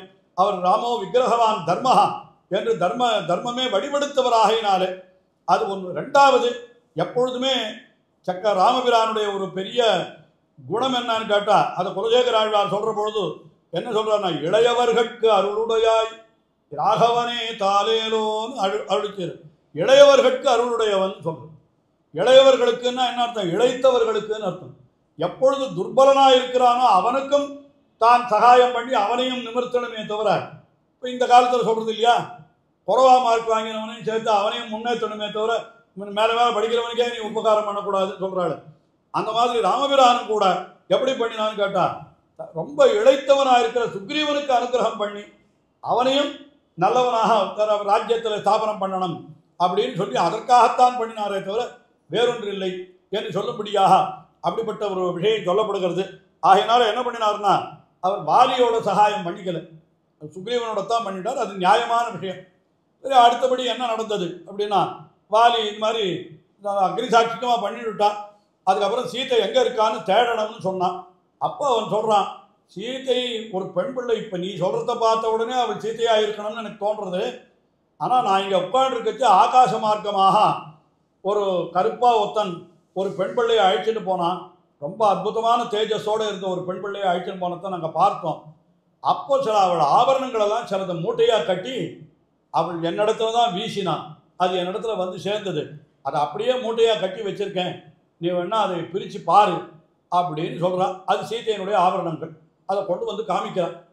காண்பித்த உடனே அப்படியே ராமபிரானுக்கு ஒரு மாதிரி அவளுடைய ஆபரணங்களெல்லாம் பார்க்கிற பொழுது இன்னும் சீத்தையினுடைய நினைவு வந்து துக்கம் அதிகமாக போயிடுது. லக்ஷ்மணா, நீ பார்த்து சொல்லு, இது சீத்தையினுடைய ஆபரணம் தானான்னு நீ பார்த்து சொல்லு அப்படின்னு சொல்கிறான். அப்போ அவர் சொன்ன வார்த்தை அற்புதமான வார்த்தை. சீத்தையை அந்த ஆபரணத்தெல்லாம் பார்க்கிறார் லக்ஷ்மணன். பார்த்துட்டு என்ன சொல்கிறார், நாஹஞ்சானாமி கேயூரே நாஹஞ்சானாமி குண்டலே நூபுரேது அபிஜானாமி நித்தியம் பாதாபிவந்தனாத். என்ன வார்த்தை! கேயூரம் என்னால் தோளில் போட்டுக்கிறது, குண்டலம் என்னால் காதில் போட்டுக்கிறது. இந்த கேயூரம் சீத்தை தான் எனக்கு தெரியாது, இந்த குண்டலன்றது சீத்தை தான் எனக்கு தெரியாது. ஆனால் நூபுரன்றது காலில் அணிகிற ஆபரணம், இது சீத்தை தான் எனக்கு நல்லா தெரியும். ஏன்னா நித்யா அவளுடைய திருவடியில் விழுந்து வணங்குற பொழுதோ நான் இந்த ஆபரணத்தை பார்த்துருக்கேன், நிமிந்தே பார்த்ததில்லை அவளை. அந்த மாதிரி சொல்கிறான் அவன் இளைய பெருமாள். அவனை போய் சீத்தை அந்த வார்த்தையை சொல்லிட்டான். ஆனால் என்ன காரணம்னா, அப்படி சொல்லலைன்னா அவன் போக மாட்டான்.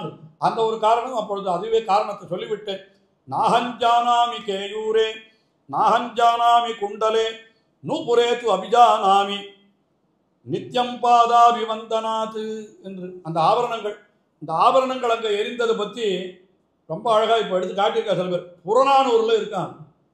என்ன கேட்குறான்னா, வால்மீகி ராமாயணம்லாம் என்ன வடதேசத்து காவியம், அதுக்கும் தமிழுக்கும் என்ன சம்பந்தம்ன்ற மாதிரி சில பேர் பேசுகிறார். கம்பர் பாடியிருக்காருன்னா, கம்பர் என்ன பிற்காலத்தில் வந்தவர் தானே, என்னதான் இருந்தாலும் கம்பர் 1000 வருஷம் தான் அப்படின்னு சொல்கிறார். சிலப்பதிகாரத்தில் ராமச்சரித்திரத்தை பற்றின மேற்கோள்கள்லாம் இருக்குது. அது நமக்கு எது பழைய நூலோ அதிலெல்லாம் ராமாயணத்தினுடைய மேற்கோள். புறநானூறுன்றது சங்ககாலத்து நூல். அது அதில் சொல்கிறார். அது பாட்டை சட்டம் ஞாபகம் வரல, ரொம்ப அழகான பாட்டு. என்ன விஷயம் சொல்கிறார் தெரியுமா, எதுக்கு எதை உதாரணமாக சொல்கிறார் அப்படின்னா, புறநானூரில் ஒரு விஷயம், ஒரு ராஜா என்ன பண்ணினான்னா, அந்த ராஜாவினுடைய பெருமையை ஒரு கவி கொண்டாடுறோம். இதான் அந்த முக்கால்வாசி ராஜாக்களெல்லாம் கொண்டாடுவான் அந்த புறநானூரில் இருக்கிற புலவர்கள். அது என்ன பண்ணுறாங்கன்னா, ராஜா நிறைய கவிகளுக்கு சம்பாவனையெல்லாம் பண்ணுறான். சம்பாவனையெல்லாம் பண்ணால் நிறைய ஆபரணங்களெல்லாம் கொடுக்குறான். இவ்வளோ மிக வலியவர்கள். இந்த ஆபரணத்தெல்லாம் என்ன பண்ணணும் எங்கே போட்டுக்கணும்னு கூட இவளுக்கு தெரியாது. அதுக்கு இத்த உதாரணமாக சொல்கிறார். அவள் சீத்தை ஆபரணத்தெல்லாம் கீழே எரிந்த பொழுது அந்த வானரங்களெல்லாம் அதை எடுத்து பார்த்துது. அந்த ஆபரணத்தை என்ன பண்ணுறதுன்னே தெரியல. அது கையில் போடுற வளைய காதில் போட்டுட்டு பார்த்துது, காதில் போடுற குண்டலத்தை வாயில் போட்டுட்டு பார்த்துது அந்த குரங்குகளெல்லாம். ஒரு அந்த மாதிரி இந்த புலவர்கள் பண்ணினார்கள் அப்படின்னு சொல்கிறார். அதுக்கு உதாரணமாக புறநானூரில் இந்த ஆகாசத்தில் செல்லுகின்ற ராவணன் அதை அழைத்து சென்ற பொழுது சீதை எறிந்த ஆபரணங்களை வானரர்கள் எப்படி எங்கு அணிவது என்று தெரியாமல் திகைத்தார்களோ, அதுபோல இந்த புலவர்களும் அரசன் கொடுத்த ஆபரணங்களை எப்படி அணிவது என்று தெரியாமல் ஆச்சரியத்திலே மகிழ்ச்சியிலே திளைத்தார்கள் என்று அப்படி ஒரு உதாரணமாக தமிழ் இலக்கியத்தில் சங்கநூலில் புறநானூரில் இப்படியெல்லாம் இருக்குதுன்னு பெரியவர்கள் அப்படி எழுத்து காட்டுகிறார்கள். ஆஹா, இதெல்லாம் ஆயிடுத்து. அதுக்கப்புறம் என்ன ஆச்சு, கடைசியில் இவனுக்கும் சுக்ரீவனை சொல்கிறான், சரி இனிமேல் வாலியை வதம் பண்ண வேண்டியது தான்றான். அவசியம் பண்ணத்தான் வேணுமா பண்ணத்தான் வேணும். ஆனால் வாலியை வதம் பண்ணுறதுக்கு உண்டான சக்தி உனக்கு உண்டான்னு கேட்கிறான் ராமபிரானை பார்த்து. என்ன சக்தி வேணும்? இந்த துந்துபியினுடைய சரீரத்தை வாலி காலால் எட்டி உதைச்சான், அவ்வளவு தூரம் போய் விழுந்தது, உன்னால் முதல்ல உதைக்க முடியுமா, உதைச்சு காமி அப்படின்னு கேட்கிறான். உடனே இவர் என்ன பண்ணுறாருன்னா இடது கால் கட்ட விரலால் அந்த துந்துபி சரீரத்தை எட்டி உதைக்கிறார். இவர் இடது கால் கட்ட விரலால் துந்துபி சரீரத்தை எட்டி உதைத்தால் அது எங்கேயோ போய் விழுது, 100 யோஜனை அண்ணன்ட்ட போய் விழருது. ஆனால் இதை கேட்டுட்டு சுக்ரீவன் என்ன சொல்கிறான், எல்லாம் வாஸ்தவம் தான், ஆனால் இது ரத்தமும் சதையுமாக இருக்கிற பொழுது வாலி எட்டி உதைச்சான், இப்போ அது வெறும் எலும்பு கூடும், அதனால் இது வாலியினுடைய வலிமை உனக்கு இருக்குதுன்னு நான் நினைக்கல அப்படின்னு அப்படியும் சொல்லணும். சரி, இப்போ இன்னும் என்ன பண்ணணும்னு கேட்குறேன். வாலியை வதம் பண்ணுறதுக்கு எனக்கு சக்தி உண்டு நிரூபிக்கிறதுக்கு நான் இன்னும் என்ன பண்ணணும் என்ன சொல்கிறான். அதற்குத்தான் என்ன பண்ணுறான்னா, இந்த மரம் இருக்கிறது, இந்த மரம் அது ஆச்சா மரம், அது அந்த மரத்தை ஒரே அம்பாலே துளைக்கக்கூடிய வலிமை பெற்றவன் வாலி, ஒன்னால் முடியுமாப்பா, வாலியினுடைய ஹிருதயம் அவ்வளவு கெட்டியானது அப்படின்னு சொல்கிறான். அந்த 7 மரம் இருக்கிறது. உடனே ராமபிரான் என்ன பண்ணுறாருன்னா இந்த அம்பை எடுத்து எய்கிறான், 7 மரத்தையும் தொலைத்து விடுகிறது. ஒரே அம்பில் ஒரு மரத்தில் புகுந்த அந்த அம்பானது 7 மரங்கள் வழியாக வந்து, இன்னும் சொல்கிற பொழுது 7 கடல் 7 மலை எல்லாவற்றையும் தொலைத்து கொண்டு வந்ததுன்னே சொல்கிறாங்க. கடைசியில் எங்கள் சுவாமி கூட வேடிக்கையாக ஒரு வாட்டி கேட்பாருங்க, என்ன கடை எல்லாம் 7ன்னு எங்கெங்கே இருக்குதோ அங்கெல்லாம் போயிட்டு வந்து கொடுத்து, உங்கள் ஆத்து நம்பர் 7 இல்லை அப்படின்னு சுவாமி ஞாபகம் இருக்கு. என்ன அந்த மாதிரி நம்ம 7ன்னு இருக்கிற இடம் அவ்வளவு வலிமை அவனுக்கு இருந்தது வாலிக்கு. அதை அப்படின்னு இவன் ராமபிரான் அதை பண்ணினான். இதெல்லாம் கூட நம்ம ஆச்சாரியர்கள் எப்படி காட்டுகிறார்கள் என்னால், அடியவனுக்கு தன்னிடத்திலே ஒரு விசுவாசம் உண்டாக வேண்டும் என்பதற்காக தன்னை அழிய மாறி இந்த காரியத்தை எல்லாம் பண்ணுறானே, இப்படி ஒரு சௌலபியம் யாருக்கு உண்டு? சக்கரவர்த்தி திருமகன் எவ்வளவு வீரன், என்ன சொல்லணும், வாலியை வதம் பண்ணணும், உனக்கு வலிமை உண்டான், எனக்கு வலிமை உண்டு, நான் பண்ணுறேன், அதெல்லாம் எனக்கு சந்தேகமாக இருந்ததுண்ணா, அப்போ நீயே வச்சுக்கோன்னு போகணும், உனக்கு இஷ்டம் இருந்தால் பண்ணுறேன், இல்லைன்னா விட்டு தொலை, உனக்கு நான் என்ன பண்ணணும் அப்படின்னு உனக்கு நிரூபிக்கணும்னு எனக்கு என்ன அவசியம் அப்படின்னு கேட்டிருக்கலாம். ஆனால் அப்படி என்றைக்கு ஒரு தடவைக்கு 2 தடவையாக முதல்ல துந்துபி சரீரத்தை உதைக்கணும்னு சொன்னான்.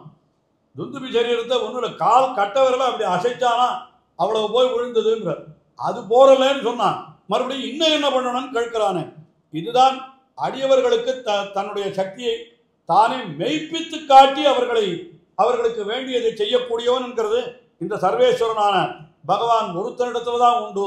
மற்ற தேவதைகள் எல்லாம் நம்மை பரீட்சை செய்யுமே தவிர இவன் தன்னை பரீட்சை செய்து கொள்ளுகிறான் என்று இந்த அர்த்தங்களை எடுத்து காட்டுறான். இப்போ மற்ற தேவதைகள் எல்லாம் பற்றி சொல்கிற பொழுது சொல்ல, காணிலும் உருப்பொலார் செவிக்கினாத கீர்த்தியார் பேணிலும் பரந்தரம் எடுக்கிலாத தேவர் என்று இப்படியெல்லாம் ஆழ்வார்களுடைய அருளிச்செயலிலே இருக்கிறது.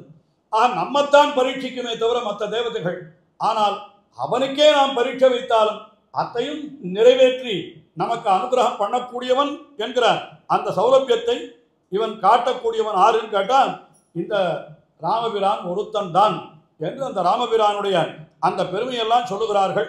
அதற்கும் மேலே இன்னும் கூட அவனுக்கு பெருமைகள் நிறைய உண்டு. இவன் என்ன பண்ணுறான், சரி இப்போ சுக்ரீவனுக்கு நம்பிக்கை ஏற்பட்டு விட்டதுன்னா நிச்சயமாக பண்ண முடியும்னுட்டு, சரி பண்ண முடியும்னு சொன்னான். அப்போ என்ன பண்ணணும், அடுத்தபடியாக அவன் வாலியோட சண்டைக்கு போகணும். சரி, வாலியோட சண்டைக்கு போன்னு சொன்னான். வாலியோட சண்டைக்கு போனால் முதல்ல என்ன ஆச்சுன்னா, ஒரு சண்டை முழுக்க வெறுமை இருக்கிறவனை கலப்பி விட்டு வாலி அங்கே இருக்கான், அவனோட போய் கூக்குரல் இட்டு அவனை வர சொல்லி வந்த பிற்பாடு சண்டையில் சுக்ரீவனுக்கு நிறைய அடி விழுது. வாலியினுடைய பலத்துக்கும் சுக்ரீவன் எங்கே இருக்கான் ஒன்றுமே தெரியாது. வாலியினுடைய பலத்துக்கு சுக்ரீவன் முடியாதத்தானே இத்தனை நாள் ஓடி போனான். ஆனால் ராமபிரான் அதை பார்த்துட்டு வெறுமையே இருக்கான், ஒன்றுமே பண்ணலை, வெறுமை இருக்கான் ராமன். அப்போ இவன் கேட்குறான், என்ன கேட்குறான், நான் பாட்டுக்கு வெறுமை இருந்திருப்பேன், நீ என்ன பண்ண, என்னை யுத்தத்துக்கு போகணும்னு சொல்லி இவ்வளோ அடி வாங்கிட்டு வந்தேன், நீ என்னமோ வாலியை வதம் பண்ணுறேன்னு சொல்லிட்டு ஒன்றுமே பண்ணாத விட்டுட்டியே அப்படின்னு கேட்குறான். அப்போ அவன் சொல்கிறான், இல்லை பார்க்கறதுக்கு அடையாளம் பார்க்கறதுக்கு நீ அவனும் ஒரே மாதிரி இருந்திருங்களா, யார் வாலி யார் சுக்ரீவன்னே தெரியல, 2 பேரும் அண்ணன் தம்பி, யார் வாலி யார் சுக்ரீவன்னு தெரியலை எனக்கு, அதனால் நான் வாலின்னு நினச்சிட்டு உண்மையில அம்ப போட்டுட்டா என்ன பண்ணுறது, அதனால தான் நான் தயங்கினேன்னு ராமபிரான் சொன்னான். சரி, அப்போ என்ன பண்ணுறதுன்னா அங்கே இருந்த ஒரு புஷ்பத்தை எடுத்து மாலையாக கட்டி அதை இளைய பெருமாள் கிட்ட கொடுத்து, இதை வாலி கழுத்தில் நீ போடு, அதான் சுக்ரீவன் கழுத்தில் நீ போடு, இப்போ நமக்கு அடையாளம் தெரியும், யார் வாலி யார் சுக்ரீவன்னு அடையாளம் தெரியும். அதனால் இந்த மறுபடியும் நீ யுத்தத்துக்கு போன்னு சொல்கிறோம். இங்கே கூட நம்ம ஆச்சாரியர்கள் ஒரு விஷயம் சொல்கிறான். என்னென்னா, முதல்ல வாலி சுக்ரீவன் ராஜ்யத்தை இழந்திருந்தாலும் ஏற்கனவே கொஞ்சம் அரசனாக இருந்தானோ இல்லையோ, அந்த கர்வம் அவனுக்கு போகலை. அதனால் என்ன பண்ணினான்னா, முதல்ல வந்த உடனே ராமனுக்கு மட்டும் ஆசனத்தை கொடுத்தானான். இளைய பெருமாளுக்கு ஆசனமே கொடுக்கலையா. அவர் நின்றுட்டே இருக்கார் பக்கத்தில். ராமனுடைய அடிவர் இங்கே ஹனுமான் நின்றுட்டு இருக்கா மாதிரி அங்கே இளைய பெருமாள் நின்றுட்டு இருந்தார். என்ன இருந்தாலும் நாங்கள் அரசர்கள் 2 பேர் உட்காந்து பேசுகிறோம், நீங்கள் நில்லுங்கோன்ற மாதிரி கொஞ்சம் இளைய பெருமாளை அவன் அவமதித்திருந்தான். அது பெருமாளுடைய திருவுள்ளத்தில் இருந்தது. அதுக்காகத்தான் கொஞ்சம் அடி வாங்கட்டோன்னு வச்சார் அப்படின்னு வேடிக்கையாக சில பேர் இதெல்லாம் பௌராணிகால் சொல்கிற கதை. இது சிவைஷ்ணவாச்சாரியாருடைய கிரந்தங்களில் காணும் இந்த மாதிரியான விஷயங்கள். சில பேர் இப்படி சொல்கிறான். அதுக்கப்புறம் இளைய பெருமாளையே கூப்பிட்டு அவன் கழுத்தில் மாலையை போடுன்னு சொன்னான். அப்போ இளைய பெருமாளுடைய அனுகிரகம் அவனுக்கு ஏற்பட்டு விட்டது. அதுக்கப்புறம் போய் யுத்தம் பண்ணுகிறான். அந்த யுத்தத்தில் வாலியை மறைந்து நின்று ராமபிரான் கொன்று விட்டான். இதில் ஒரு பெரிய விசாரங்கள் எல்லாம் பண்ணுவான். ஏன் மறைஞ்சு நின்று கொன்றான்? அவன் பெரிய வீரனாக இருந்தால் முன்னின்று கொலை. இன்னைக்கு கூட பட்டிமன்றம் வைக்கிறான். இந்த கேள்விகளெல்லாம் வால்மீகி ராமாயணத்திலேயே கேட்டு கடைசியில் வாலியே வந்து, அப்பா நீ சொன்னது சரிதான், நான் தப்பு என் பேரில் தான், நீ பண்ணினது சரிதான்னு அவனே ஒத்துட்டு போயிட்டான். அது கம்பரன் காட்டுறார். ஆனால் பட்டிமன்றம் வைக்கிறவா ஒத்துக்கலை. இன்னும் ராமன் பண்ணது தப்பு தான் சொல்லிட்டு இருக்கிறவா இன்னும் இருக்கா. என்ன காரணம்னு கேட்டால், வாலிக்கு ஒரு வரம் கொடுத்துட்டான். பிரம்மாதான்னு நினைக்கிறேன். என்ன வரம்னா, யார் அவருடைய எதிரிலே வருகிறார்களோ அவர்களுடைய பலத்தில் பாதி வாலியின் இடத்துல போய் சேர்ந்து. யாராக இருந்தாலும் ஏற்கனவே வாலி பலசாலி, இன்னும் எதிராளியுடைய பலமும் பாதியாக குறைஞ்சி கொடுத்தோம்னா அப்போ என்ன ஆகும்? அவனை ஜெயிக்கவே முடியாது. அதுக்காகத்தான் அவன் அந்த மாதிரியான வரத்தை வாங்கினான். எந்த தெய்வத்தை என்ன வரம் கொடுத்திருந்தாலும் அந்த வரம் பழுதுபடாமல் அவர்களை வதம் பண்ணுவது தான் பகவானுடைய ஒரு காரியம். இது வரைக்கும் நீங்கள் பார்த்துக்கணும், இரண்யகசிபு ஏதோ ஒரு வரம் காட்டான். பிரம்மாவனத்தில் போய் என்ன காட்டான்? எனக்கு மரணமே கூடாதுன்னு வரம் காட்டான். ஐயோ, அந்த வரத்தை கொடுக்கறதுக்கு எனக்கு அதிகாரம் கிடையாதுன்னு சொல்லிட்டான் பிரம்மா. நல்ல வேலை அந்த வரம் வேறு இருந்ததுன்னா இன்னும் இரண்யகசிபு இருந்திருப்பான் இல்லையா? அது இரண்யகசிபு இல்லைன்னா அவன் வடிவில் நிறைய பேர் இருக்கா, அது வேறு விஷயம். என்ன எத்தனையோ பேர் இருக்கா. ஆனால் அந்த இரண்யகசிபு என்ன சொல்லிட்டான்? அப்போது என்ன வரம் கேட்டான்னு கேட்டால், எனக்கு பகலில் மரணம் கூடாது, ராத்திரி மரணம் கூடாது, வீட்டின் உள்ள கூடாது, வீட்டினுடைய வெளியில் கூடாது, ஆயுதத்தால் கூடாது, பிரம்ம சிருஷ்டியாலே கூடாது, மனிதனாலே கூடாது, மிருகத்தாலே கூடாது, பிரம்மாவால் படைக்கப்பட்ட எந்த ஜீவராசியாலேயும் எனக்கு மரணம் வரக்கூடாது என்று இத்தனை வரம் கேட்டான். ஆனால் பகவான் என்ன பண்ணினான்னா, இப்போ போய் இரண்யனை வதம் பண்ணணும். ஆனால் அதே சமயத்தில் இவா கொடுத்த வரம் ஒன்று கூட பழுதாகக்கூடாது. இது இவருக்கு நிர்பந்தம். ஏன் சுவாமின்னு கேட்டான். அப்புறம் அடுத்தபடி யார் அந்த தேவத்தையை போய் தோத்திரம் பண்ணுவா? நீ கொடுத்த வரமெல்லாம் ஒன்று வீணாக போயிடுத்துன்னா அப்புறம் யாரும் வரமாட்டா. அதனால் அந்த தேவதைகள் பகவானுக்கு பிரார்த்தித்துக் கொள்கிறார்கள், நீ வதம் பண்ணணும், ஆனால் அதே சமயத்தில் நாங்கள் கொடுத்த வரம் எதுவும் பழுதாகக்கூடாது, அப்படித்தான் நீ வதம் பண்ண வேணும் என்று கேட்கிறார். அதே மாதிரி அதற்காகத்தான் நரசிம்மாவதாரம் எடுத்த பொழுது தெரியும் எல்லாருக்கும் என்ன பண்ணினார்னா, பகலும் இல்லாமல் இரவும் இல்லாமல் அந்தி பொழுதிலே கொன்றான். வீட்டினுடைய உள்ளேயும் இல்லாமல் வெளியும் இல்லாமல் வாசப்படியில் அமர்ந்தான். பூமியில் கூடாது, ஆகாயத்தில் கூடாதுன்னு கேட்டால் அதனால் தன்னுடைய மடியில் வைத்து கொண்டான். பிரம்ம சிருஷ்டிக்கு உட்பட்ட எந்த ஜீவராசியாலும் கொல்லப்படக்கூடாதுன்னு சொன்னதுனால பிரம்ம சிருஷ்டிக்கு உட்படாத ஜீவராசியாக தன்னை தானே சிருஷ்டிக்கணும் பகவான் நரசிம்மனா. மனிதனாலே கூடாது, மிருகத்தாலே கூடாதுன்றதுக்காக மனிதனும் மிருகமும் கலந்த விஷயமாக வந்தான். ஆயுதத்தாலே கொல்லப்படக்கூடாதுன்னு சொன்னதுனால நகத்தாலேயே கொன்றான் என்று இப்படி ஒரு விஷயத்தையும் அவன் என்னென்ன காட்டானோ அதையெல்லாம் பார்த்து பார்த்து பகவான் பண்ணித்தான் இந்த ஹிரண்யனை அழித்தான். அதுபோல இந்த இடத்துலையும் வாலியை நேர் நின்று யாரும் கொல்ல முடியாதுன்னு உனக்கு ஒரு வரம் இருக்கிறபடினாலே இவன் மறைந்து நின்று கொல்ல வேண்டிய அவசியம் ஏற்பட்டது. அது ஒரு தேவரகசியமான விஷயம். அதை தவிர இன்னொன்று என்னன்னு கேட்டால், மிருகங்களை வதம் பண்ணுகிற பொழுதோ சத்திரியர்கள் மறைந்து நின்று கொள்வது என்கிறது தர்மம். அதை வாலி என்கிறவன் ஒரு வானரும் தானே, இவன் சத்திரியன் ராஜாவாக இருக்கான். அதனால சொல்றார் அவர் என்ன சொன்னார்னா, நாட்டில் நான் தர்மத்தை நான் பாதுகாக்கிறேன், காட்டில் போய் நீ தர்மத்தை பாதுகாக்கணும்னு சொல்லி பரதன் எனக்கு அனுப்பி வச்சிருக்கான். இப்போ நான் பரதனுடைய பிரதிநிதியாக தான் நான் காட்டில் வந்திருக்கேன். அதனால் நான் காட்டில் அதர்மம் பண்ணுறவனை அழிக்கிற பொழுதோ நான் எப்படி அழிக்கணும்னு நீ சொல்ல வேண்டிய அவசியம் இல்லை.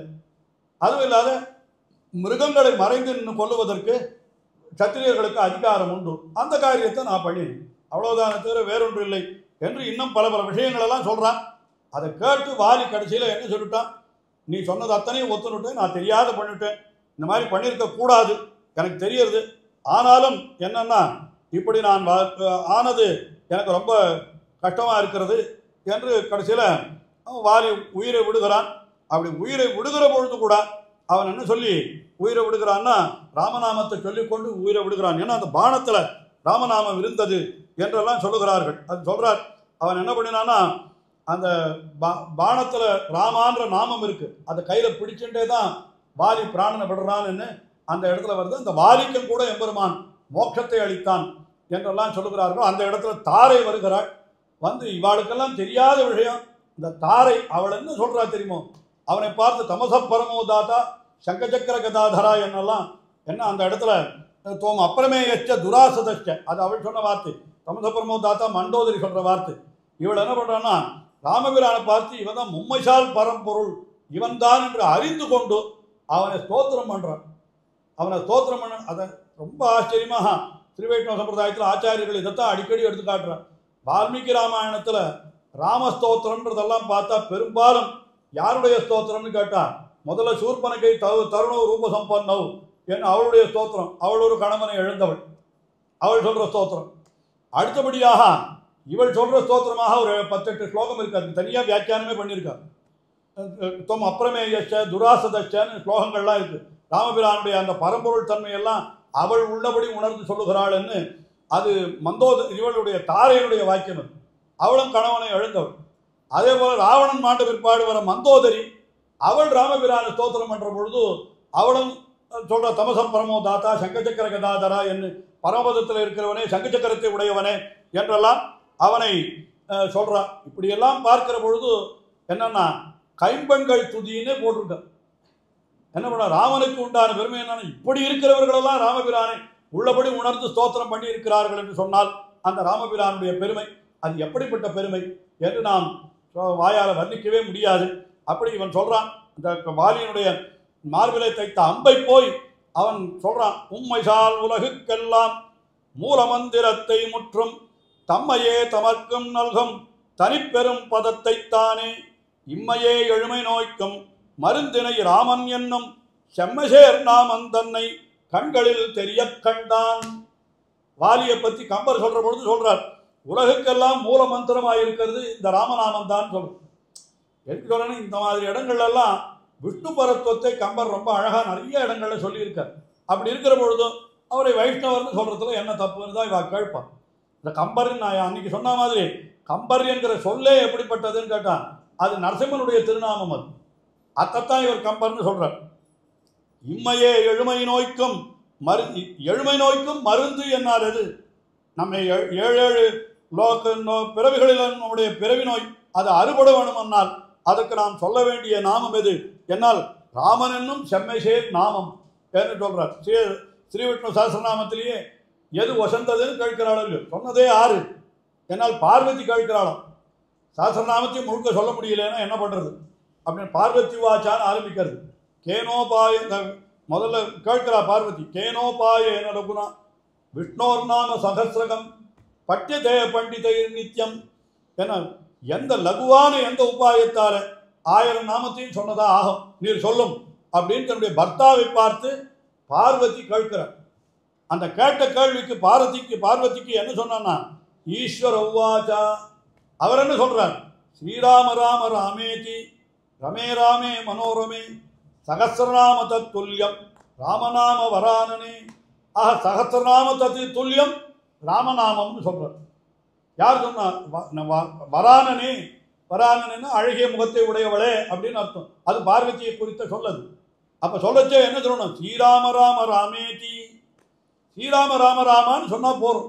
அதுதான் சஹஸ்ரநாமம் முழுமையும் சொன்னதற்கு அதுதான் அடையாளம். அது அந்த ராமநாமத்தை சொன்னால் 1000 நாமத்தையும் சொன்னதாக ஆகும் என்று ருத்ரன் சொன்னதாக அங்கே வருகிறது. அது சஹஸ்ரநாமத்தில் நம்ம எல்லாரும் நித்தியம் பாராயணம் பண்ணிட்டு இருக்கோம். பார்வதி கேட்கிறார், சந்தேகம் கேட்டவள் பார்வதி, பதில் சொன்னவர் ருத்ரன் என்று சொன்னால் அப்ப அந்த ராமநாமம் அது எப்படிப்பட்டது என்னால் அதைத்தான் சொல்றார் அவர். இம்மையே எழுமை நோய்க்கும் மருந்தினை ராமன் என்னும் செம்மசேர் நாமன் தன்னை கண்களில் தெரிய கண்டான் என்று இந்த ராம பாணம் அந்த அஸ்திரத்தில் அந்த ராமநாமம் இருந்தது. அத்தை அப்படியே பார்த்தான். கடைசியில் அந்த வாலி அங்கே மாண்டு விழுந்தான் என்று பார்க்கிறோம். அவனை துதிக்கிறாள் அவள் என்று இப்படியெல்லாம் பார்க்கிறோம். அப்படி ஆன பிற்பாடு வாலி மாண்ட பிற்பாடு அதுக்கப்புறம் சில நிகழ்ச்சிகள் நடக்கிறது. என்ன ஆகுதுன்னா அந்த தாரை வந்து ஓன்னு அழகான். அதெல்லாம் சொன்னோம். தாரை அழக பொழுது மேலே என்ன ஆயிடுச்சுன்னா சுக்ரீவனுக்கு கொஞ்சம் கலக்கம் ஏற்பட்டு போச்சு. அவளை பார்த்த உடனே ஐயோ பாவம் இந்த மாதிரி ஆயிட்டாளே தாரையை என்னை விட்டுட்டு போயிட்டியேன்னு அவர் ரொம்ப அழறான். இப்படியாவது இவனை வதம் பண்ணி எனக்கு ராஜ்யம் தேவையான்னு இவன் அழ ஆரம்பிச்சு. யார்? சுக்ரீவன். இதுதான் நடந்தது. ஓன்னு கண்ணில் கண்ணீர் பெருக்கி அவனும் உட்காந்து அழ ஆரம்பிச்சு விட்டான். உடனே சக்கரவர்த்தி திருமகன் என்ன பண்ணினார்னா அவரும் அழ ஆரம்பிச்சு விட்டார். அங்கே நடந்தது இதெல்லாம் சொல்றார். என்னன்னா வியசனேஷு மனுஷ்யானாம் விஷம்பவதி துக்கித சஞ்சாத பாஷ்ப பரவீரஹந்தா என்ன அந்த இடத்துல சொல்றார். கண்ணில் அவனுக்கு கண்ணீர் பெருகிறது ராமபிரானுக்கு. உடனே ஹனுமான் கேட்கிறான், என்னப்பா நீ ஏன் அழறேன்னு கேட்கிறான் ராமபிரானை பார்த்து. இப்போ நீ அழறையே அதனால நானும் அழறேன் அப்படின்னு சொன்னான். நான் என்னுடைய தமையன் போயிட்டான்னு நான் அழறேன் அப்படின்னா அந்த தமையனை கொலை சொன்னதே நீ தானே. உனக்கு ஒரு சந்தோஷம்னா எனக்கு சந்தோஷம், உனக்கு ஒரு துக்கம்னா அது எனக்கும் துக்கம்தான் அப்படின்னு சொல்கிறான்.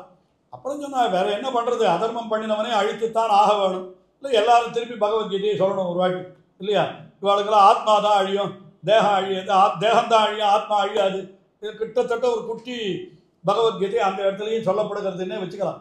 அதனால் வாலி மாண்டாலும் கூட இவனை தேற்றுக்கிறான். வாலி கடைசியில் சுக்ரீவனை பார்த்து நான் பண்ணினது பெரிய தப்பு, உனக்கு நல்ல சகாயம் ஏற்பட்டிருக்கிறது, இவரை நன்னா உபயோகப்படுத்திக்கோ, அவனை விட்டுடாத, ராமனை விட்டுடாத அப்படின்னு சொல்லிட்டு தனக்கு கொடுத்த இந்திரன் கொடுத்த ஏதோ ஒரு காஞ்சன மாலைன்னு ஒரு உயர்ந்த மாலையம், அது ரொம்ப உயர்ந்த மாலை, இது எனக்கு கொடுத்தான் இந்திரன், அதை நான் உனக்கு கொடுக்குறேன். நான் மரணமடைந்து விட்டேனானால் இந்த மாலையினுடைய மதிப்பு போயிடும். அது பிராணம் போகிறதுக்கு முன்னாடி அதை எடுத்துடணும் என் இடத்துலேருந்து. அதனால் நானே உனக்கு கொடுத்துட்றேன். கொடுத்துட்டு இவாளை எல்லாம் பார்த்துக்கோ, தாரையும் உன்னுடைய தாயார் போல் அவளை பார்த்து கொள்ளும், அங்கதனும் உன்னுடைய பிள்ளையை போல பார்த்துக்கோ, எல்லாம் ஒப்படைச்சிட்டு போகிறான். இந்த மாதிரி அங்கதன் ரொம்ப நல்லவன், ஏதோ நான் தான் தப்பு பண்ணிட்டேன், என்னுடைய மேலே இருக்க கோபத்தை அவன் அங்கதன் மேலே காண்பிக்காதே, அவனை இளவரசனாக நீ வைத்துக்கொள் என்றெல்லாம் சொல்லி ராமபிரானையும் கூட இவர்களை நல்ல வழியிலே கொண்டு போனி அப்படின்லாம் சொல்கிறான் வாலி. கடைசியில் வாலி மரணம் அடைகிறான். அவனுக்கு பெரிய சம்ஸ்காரத்தை பண்ணுறான் ராமபிரான். போய் பல்லக்கை எடுத்துகிட்டு வாங்கன்னு சொல்லி அந்த பல்லக்களை அவனை வீற்றிருக்க செய்து ரொம்ப அவனுக்கு என்ன கௌரவமான சம்ஸ்காரம் என்ன பண்ணணுமோ இப்போ இவருக்கு சம்ஸ்காரம் பண்ணுற வழக்கம் நன்னா பதிஞ்சு போயிடுச்சு. யாருக்கு? ராமபிரானுக்கு ஜட்டாயுவுக்கு சம்ஸ்காரம் பண்ணினார், விராதனுக்கு பண்ணினார், கபத்தனுக்கு பண்ணினார், எல்லாருக்கும் சம்ஸ்காரம் பண்ணிகிட்டே வரார் இவர். அதனால் இப்போ வாலிக்கும் இவரே சம்ஸ்காரத்தை கூட இருந்து நடத்தி எல்லாம் பண்ணிவிட்டு அதற்கப்புறம் சுக்ரீவனுக்கு பட்டாபிஷேகம் பண்ணி வைக்கிறேன். நான் சுக்ரீவனுக்கு பட்டாபிஷேகம்னா கிஷ்கிந்தைக்கு உள்ள நுழைய மாட்டேன்னு சொல்லிட்டேன். ஏன்னா நான் வனத்தை விட்டு நான் நகரத்து உள்ள நுழையிறது இல்லைன்னு சத்தியம் பண்ணியிருக்கேன். அதனால் நீ போய் பண்ணுன்னு இளையபெருமாளை அனுப்பிக்கிறான். உடனே சுக்ரீவனுக்கு பட்டாபிஷேகம் இவர் தான், இளையபெருமாள் தான் போய் பண்ணு. பிரவிஷ்யத்து அபினிஷ்கிராந்தம் சுக்ரீவம் வானரர்ஷபம் அபியஷிஞ்சது சுகிருதா சகசிராட்சம் இவாமராக சகசிராட்சம் இவாம. இந்திரனுக்கு தேவர்கள் எப்படி பட்டாபிஷேகம் பண்ணுகிறார்களோ அதுபோல இந்த சுக்ரீவனுக்கு இளையபெருமாள் திருக்கையாலே பட்டாபிஷேகம் பண்ணப்பட்டது என்கிறது அப்படியே கம்பரன் கூட காட்டுகிறார். மறையோர் ஆசி வழங்க வானுளோர் நரைதோய் நாள்மலர் தூவ நன்னெறிக்கு இறையோன்தன் இளையோன் அவ்வேந்தலை துறையோர் நூல்முறை மௌலி சூட்டினான். அவனுக்கு என்ன சாஸ்திரத்தில் சொல்லப்பட்டிருக்கிறதோ அப்படியாக பண்ணி அது சொல்றார் அவர். இறையோன்தன் இளையோன் ராமபிரானுடைய தம்பியான இளையபெருமாள் அவர் என்ன பண்ணினார்? அவ்வேந்தலை துறையோர் நூல்முறை மௌலி சூட்டினான் என்று அவனுக்கு அந்த கிரீடத்தை வைத்து சுக்ரீவனுக்கு பட்டாபிஷேகம் பண்ணி வைத்தான். பட்டாபிஷேகம் ஆயிடுத்து. உடனே இப்போ என்ன ஆயிடுச்சு? உன் காரியம் ஆயிடுத்து, அடுத்தது என் காரியம் பண்ணணும், அது ஞாபகம் வச்சுக்கோன்றார். நான் அவருக்கு ராஜ்யம் தாரத்தை எழுந்து கிடக்கிறான். இருந்தாலும் என்னன்னா மழைக்காலம் வந்துடுறது. மழைக்காலம் வந்துடுத்தோன்னா என்ன பண்ணுறது? ஒன்றும் பண்ண முடியாது. அதனால் சரி ஒரு 4 மாதமா அது அந்த அதாவது வருஷ ருத்து சரத் ருத்துன்னு 4 மாதம் அந்த காலத்தில் அவர்கள் எந்த காரியமும் பண்ண முடியாது. அதனால் நீங்களெல்லாம் போய் நீயும் ரொம்ப நாளாக போகங்கள் இல்லாமல் எங்கேயோ தனியாக இருந்திருக்க, இப்போ போகத்தை எல்லாம் அனுபவித்து விட்டு வா, எல்லாம் அனுபவித்து விட்டு அதற்கு பிறகு 4 மாதம் கழித்து வா, மறுபடியும் சீதையை தேடுவதற்கு நாம் ஏற்பாடு பண்ணுவோம்னு சொல்லிட்டு அவனை அனுப்பி வைத்து விடுகிறார். கிஷ்கிந்தைக்குள்ளே அனுப்பி வச்சுட்டு இவர் இன்னொரு இடத்துல போய் பர்வத்தம் அந்த அந்த பர்வத்தத்தில் போய் இவர் இருந்து விடுறார். ரிஷியமுக பர்வத்தத்திலேயே வேற ஒரு இடம் மால்யவான்னு பேர் அந்த இடத்துக்கு. இவர் அங்கே தங்கி இருக்கார். அந்த இடத்துல தங்கி இருக்கார். 4 மாதம் முடிஞ்சது. முடிஞ்சா அடுத்தபடி வரணுமா இல்லையா? அவன் வரவே இல்லை. யார்? சுக்ரீவன் வரலை. ஏன்னா போகத்தை அனுபவிச்சுட்டு இருக்கிறவனுக்கு 4 மாதம்னு சொன்னாக்கா அது போனதே தெரியல. அவன் வரலை. உடனே பெருமாளுக்கு கோபம் வருது. இதுதான் ராமபிரானுக்கு இதுதான் ஒரு குறை. இன்னும் சௌஜன்யமாக இருக்கார், திடீர்னு கோபம் வந்துடுறது. என்ன பண்ணினார்? இளைய பெருமாளை அழைச்சார். அடே சுக்ரீவனுக்கு அவன் காரியம் ஆற வரைக்கும் என் காலில் விழுந்து கிடந்தான். இப்போ பாரு 4 மாதம் ஆச்சு, இன்னும் வரவே இல்லை அவன். ஓ, அவனை கொஞ்சம் மிரட்டிட்டு வான்னு சொன்னான். என்ன மிரட்டுன்னா, வாலி போன வழி இன்னும் திறந்து தான் வச்சிருக்கேன்னு சொல்ல மூடலை. வாலி போன வழி இன்னும் திறந்து இருக்கிறதுன்னு ஒரு வார்த்தை சொல்லிட்டு வா, போகிறோம் அப்படின்னு சொல்கிறார். உடனே அவன் சுக்ரீவன் சாதாரணமாகவே இளைய பெருமாள் ஆதிசேஷாவதாரம் இன்னும் கோபத்தை அதிகம். நேராக அவர் போய் நின்ன உடனே என்ன பண்ணுறதுன்னே தெரியல. எல்லாருக்கும் பயப்படுறான். ஏன்னா தவறு இவர்கள் பேரில், வராதது இவர்களுடைய தவறு. இப்போ என்ன பண்ணுகிறோம் இளைய பெருமாள் என்று எல்லாரும் பயந்து கொண்டு இருக்கிற பொழுதோ அனுமான் நல்ல யோசனை சொன்னான். நீங்கள் யாரும் போகாதீங்க, தாரையை அனுப்பிங்க முன்னாலே சொன்னான். ஏன்னா பெண்களை பார்த்தாலும் கொஞ்சம் கூச்ச சுபாவம் இளைய பெருமாள். அவர் நேர் முகத்தை பார்த்தே வார்த்தை சொல்ல மாட்டார். உடனே என்ன சொன்னார்? அதான் சொல்கிறார், இளைய பெருமாளுடைய கோபாக்கினியை அணைப்பதற்கு தாரையை அனுப்பினான்னு சொல்கிறார்.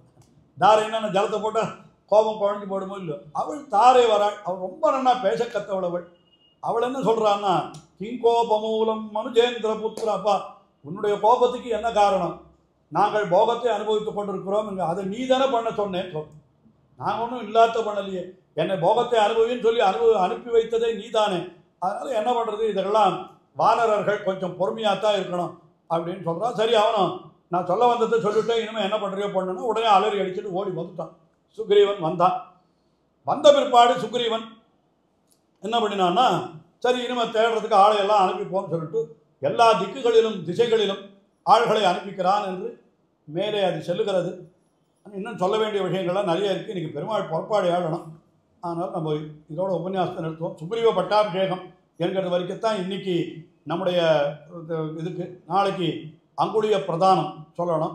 அது எல்லாரும் இருக்கிற பொழுது ஹனுமானிடத்தில் ஏன் கொடுத்தான், இன்னும் அதில் சில கேள்விகளெல்லாம் இருக்கிறது. அந்த கேள்விகளுக்கெல்லாம் விடைகளெல்லாம் ஆச்சாரியர்கள் மிக அற்புதமாக காட்டியிருக்கிறார்கள். அந்த விஷயத்தெல்லாம் நாளைக்கு தெரிவிக்கும்.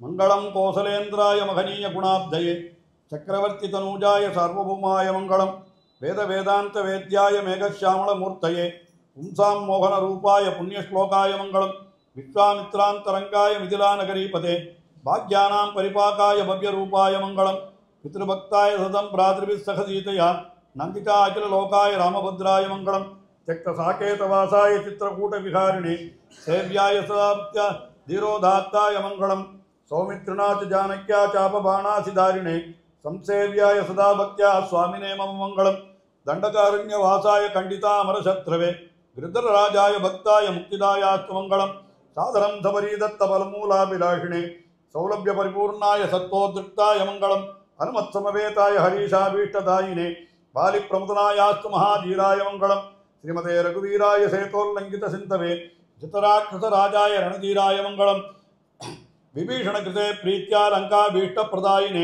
सर्वलोक शरण्याय श्री राघवाय मंगलम आसाद्य नगरीं दिव्याम अभिषिक्ताय सीतया राजाधिराज राजाय रामभद्राय मंगलम ब्रह्मादिदेव सेव्याय ब्रह्मण्याय महात्मने जानकी प्राणनाथाय रघुनाथाय मंगलम श्रीमते सौम्यजामातृमुने कृपया अस्मानुपेयुषे महते मम नाथाय रघुनाथाय मंगलम मंगलाशासनपरैर्मुदाचार्य पुरोगमैः सर्वैश्च पूर्वैराचार्यैः सत्कृतायाश्च मंगलम रम्यजामातृमुनिना मंगलाशासनं कृतं त्रैलोक्याधिपतिः श्रीमान् करोतु मंगलं सदा बृन्दारण्यनिवासाय बलरामानुजाय च रुक्मिणी प्राणनाथाय पार्थसूताय मंगलम श्रीमत्यै विष्णुचित्तार्य मनोनन्दनखेतवे नंदनंदन सुंदर्यै गोदायै नित्यमंगलम श्रीमते रम्यजामातृमुनीन्द्राय महात्मने श्रीरंगवासिने भूयात् नित्यश्रीर्नित्यमंगलम श्रीमत्सुंदरजामातृमुनिपादाब्जवासिने अण्णंगरार्यवर्याय नित्यश्रीर्नित्यमंगलम।